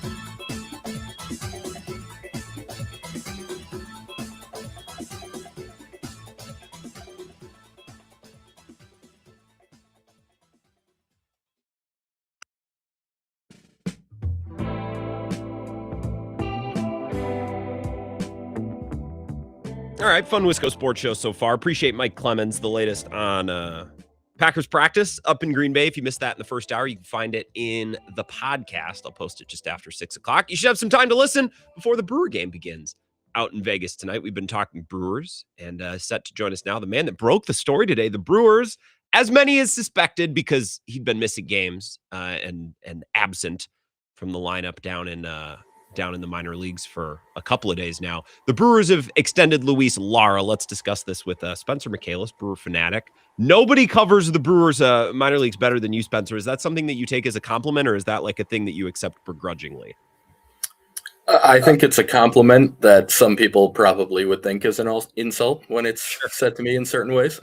I don't think it's an insult at all. I appreciate the information and the coverage. Let's start with the actual nuts and bolts of the extension. I'll be honest, I don't fully understand how like pre-arbitration extensions like this work. They're different than signing a simple free agent. So what mechanically do we need to understand about extensions like Lara's and like Pratt as well, who got one not that long ago?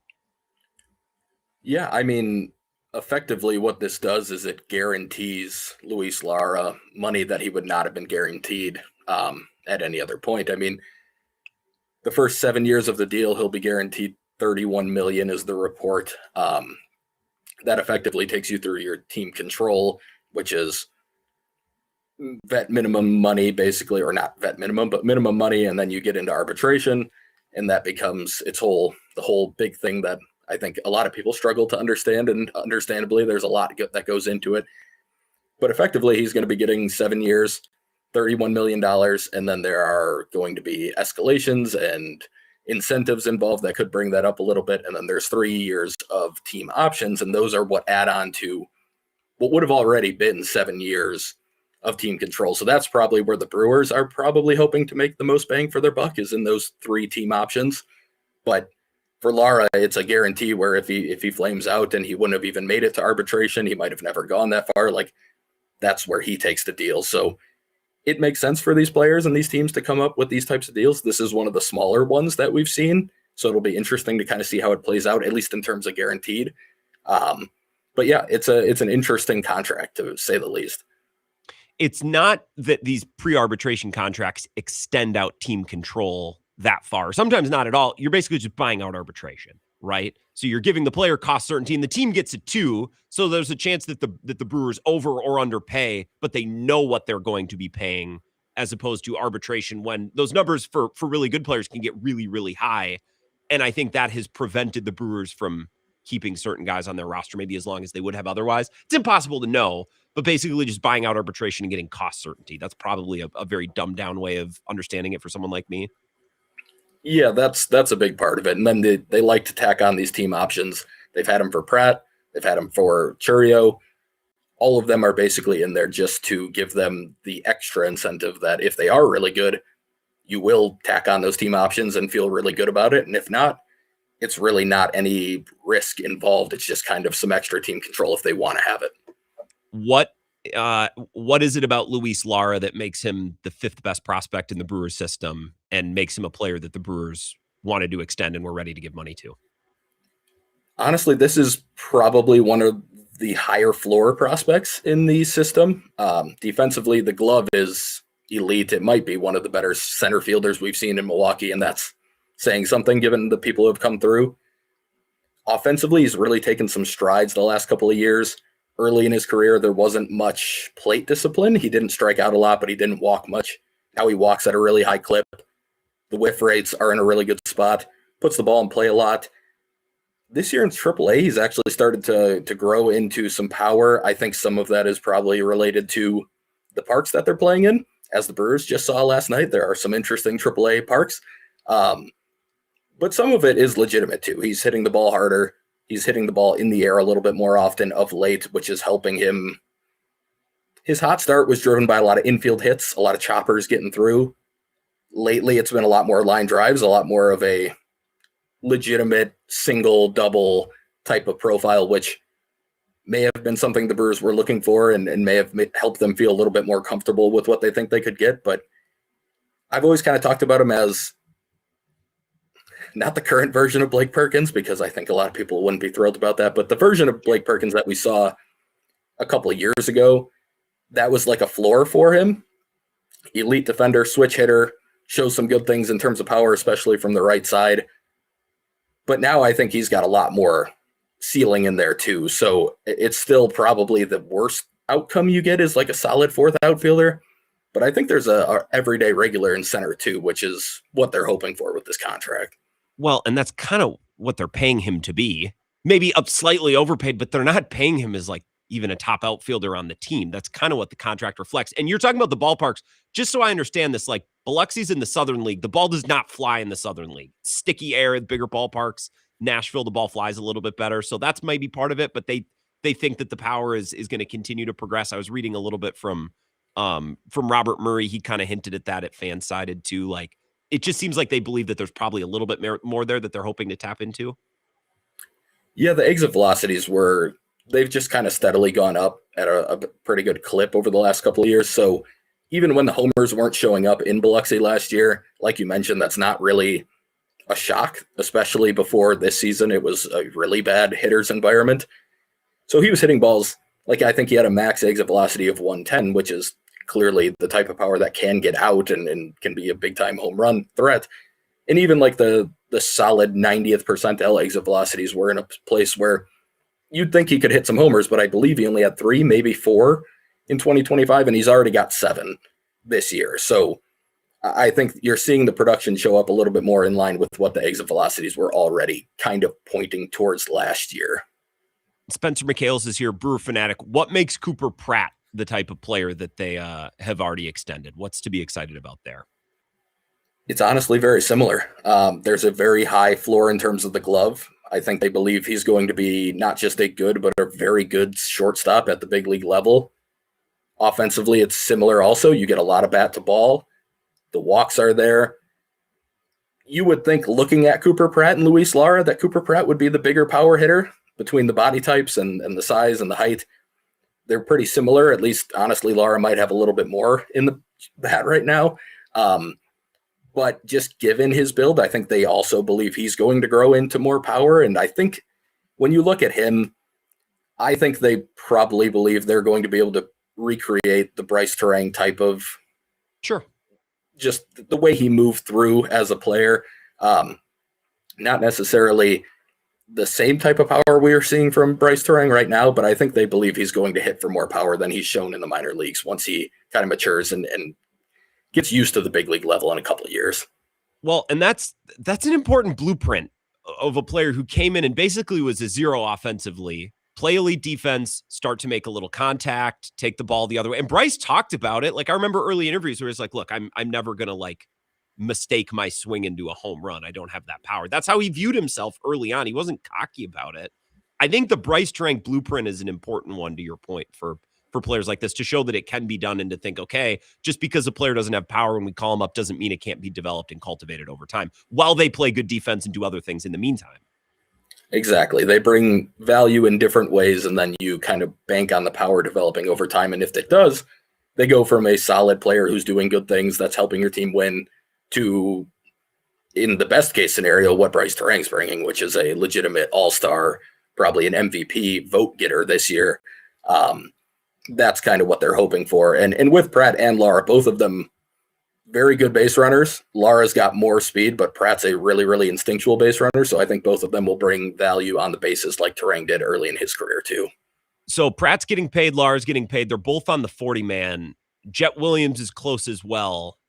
I know the Brewers are winning. They don't have to do anything right now if they don't want to, but at a certain point you would think that they're considering on-ramps for one or more of those guys. What factors do you think they're weighing with those three players, and what's their plan, do you think, maybe in the month or two to come? Yeah, it's interesting. Both Williams and Pratt had really, really strong starts to May and kind of looked like they were pushing for a big league spot. They both tapered off. Williams especially tapered off at the end of the month and into the beginning part of June here. Pratt's held up pretty decently, but it's still not the same level he was showing a few weeks back. And that's expected. Guys are going to go through ups and downs. But I think what the Brewers want is for these guys to kind of force their way into the big leagues and say, you need to play us. We need to be playing at short. We need to be playing at third. For Lara, I need to be the center fielder or right fielder, whatever it is.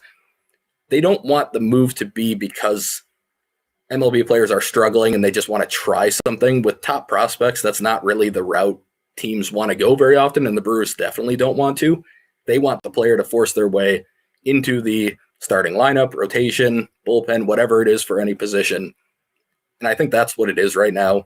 Lara definitely has the best case for that at the moment. He's been the best performer by far between the three of them. Mm-hmm. But even then, it does get kind of difficult because they're clearly very comfortable with Garrett Mitchell in center field. I think they still want to keep Frelick playing right now, and we have seen some signs of him figuring some things out offensively. And he's honestly been an average hitter against righties. He's been terrible against lefties, but he's been fine against righties. Lara feels to me like the one that would probably translate the best right now. Left side of the infield feels like the side that needs the help more right now. So it'll be interesting to see which direction they go, but I think that's what it is. I think they want the prospects to force their way in rather than just kind of doing it by default, because that's not necessarily going to bring around the best results by that point.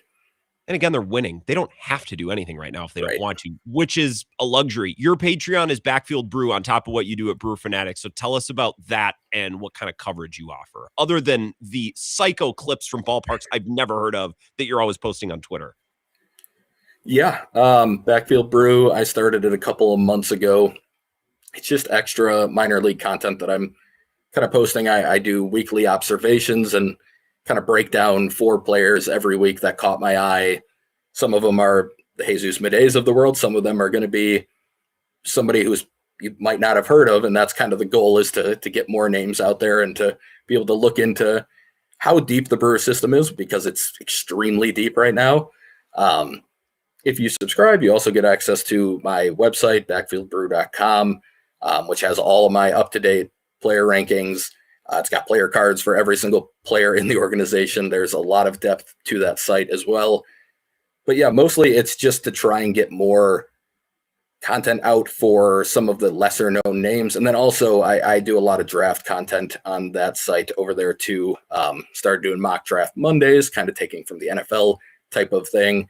And yeah, that's mostly what it is. It's just something, it's a labor of love more than anything. And people kind of encouraged me to take it to the Patreon route to get a little bit of extra attention to it and bring it that way. But it's more than anything, it's something where I try and get people information that they might not be getting about Brewers prospects anywhere else. I recommend it. Lastly, on the way out the door, quick question. I forgot that this was on my list. Did the Brewers make a mistake? Do you think they will regret releasing Kevin Eru? I don't think they will. No. We'll check back in on that. If there's any updates to that, we'll see it through your content streams. Appreciate it, Spencer. Nice getting the story today and beating Jeff Passan to the punch. That was a win for all Brewers people on Twitter. So thanks for the time, man. Appreciate it. Yeah, thanks for having me. Of course, Kevin Eru. All right, so we can cross him off the list. Let's take a call here. Thanks for hanging out through Spencer. This could be Brewers, Packers, whatever. We got one more segment. We got a minute here. Wisco Sports Show. Who's this? Grant, some people are into trains. I'm into correcting people on Sports Talk Radio. Yes. Piano Man Ryan, and I had to bat 3 for 3 today across the network. Piano Man Ryan just got away with the most ridiculous take that's been on these airwaves all week. Christian Watson and Tucker Kraft over Mike Gesicki and Jamar Chase. That is so ridiculous. So ridiculous for a Packer fan to sit there and think, yeah, I'd take that. Mike Gesicki gets more yards and touchdowns than Tucker Kraft just from the tight end position. Right, his best year is like 700 yards. Okay, well, do you really believe that Mike Gesicki is better or as good as Tucker Kraft when he's healthy? Which we don't know, so I'll give you that. Yeah, we don't know, and it doesn't matter. Jamar Chase, the last time he had healthy Joe Burrow, put up more production than Christian Watson pretty much in his entire career. And certainly over the last 2 years, he's got more production than Tucker Kraft and Christian Watson combined. You can just delete the tight end position. Jamar Chase is a generational Randy Moss type player. Doesn't get the credit because of Joe Burrow's injuries. And I think as Packer fans, we got to be realistic. Christian Watson is a nice wide receiver too, and he's paid as such. But let's not get crazy comparing this duo to Jamar Chase.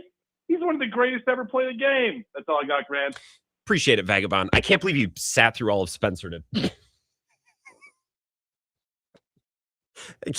That's just a funny way to end that segment. I asked him about Kevin Eru, and you sat through that to talk Jamar Chase. All right, final segment of tonight's show. We're presented by Inn on the River in Trempealeau, and I should have mentioned this earlier, but it's a great time to take a trip to Western Wisconsin, and it sounds like many of you are doing so because I had a friend who wanted to go hike Perot last weekend, tried to get a room at Inn on the River, and they were all booked up, which is great to hear. So if you want to take a trip this summer, plan early. Otherwise, you might not be able to plan at all. InnOnTheRiverWI.com so you can hike Perot, see the music at the Trempealeau Hotel, enjoy the river, bring the boat, play Trempealeau Mountain Golf, hit Danziger or Elmaro. Lots of great places to drink. You can drive down to La Crosse. You can drive up the river to Pepin. It's an awesome spot to be. 608-534-7784. InnOnTheRiverWI.com. Final segment next.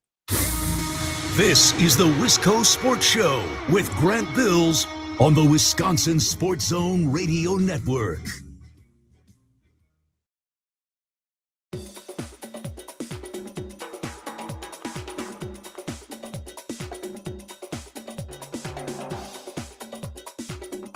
The Wisco Sports Show will resume in 3 minutes.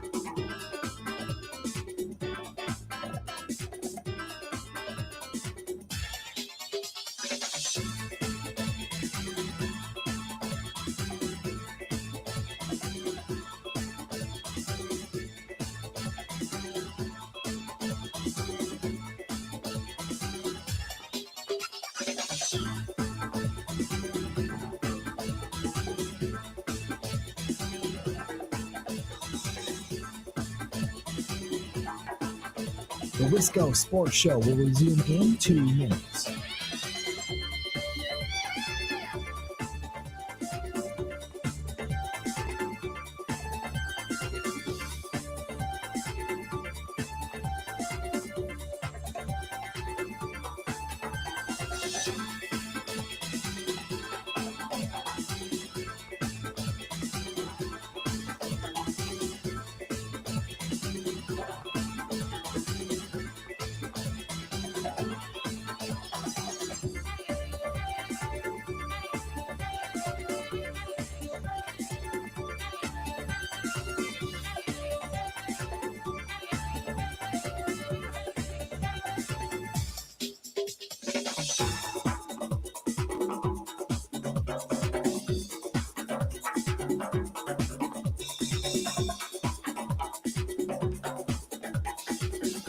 The Wisco Sports Show will resume in 1 minute.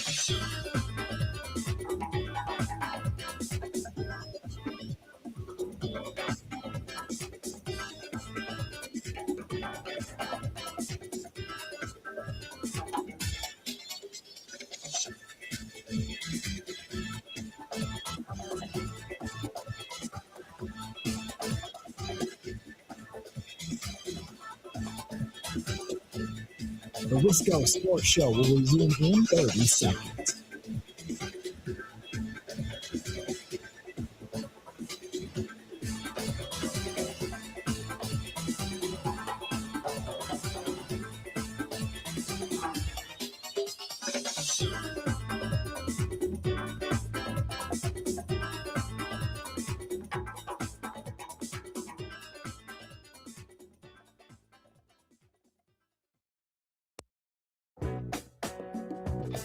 Wisco Sports Show final segment. Somebody called in. We got about 60 to 75 seconds. Wisco Sports Show. Who's us? Hi, just wanted to let you know that the first full weekend in June is the state track meet. Yes. And that's why there were no hotel rooms in the city of La Crosse last week and surrounding areas. No, because no, it no, was no, full no. of state track meets. No. It's because the area is beautiful. That's why. Don't. It is a gorgeous, beautiful area, but it was also state track meet with the state track folks from all over the You are state of correct. Wisconsin. What a and what a beautiful. Thank you for that detail. What a beautiful weekend it was to be in Trempealeau and in on the river, to drive down every day. What a beautiful drive to take down to La Crosse for state track. You're absolutely right. My point remains about our sponsor, In on the River. And if you missed the previous segment, I said I had a friend who wanted to go hike Perot last weekend and couldn't get a room on In on the River, In on the River, our sponsor in Trempealeau, because they were so booked up. Maybe that was because of state track, but that's beside the point. One weekend it's state track, the next weekend it's catfish days, and then all of a sudden it's October and you missed your chance. So book it. Book your trip. That's what I'm saying. In on the River in Trempealeau, inontheriverwi.com. State track this, state track that. Yeah, Oktoberfest too. Difficult times to get a hotel room over there. Podcast will go up in just a little bit. Enjoy the Brewer game tonight if you are staying up. I'm skeptical that I will. Thank you for listening.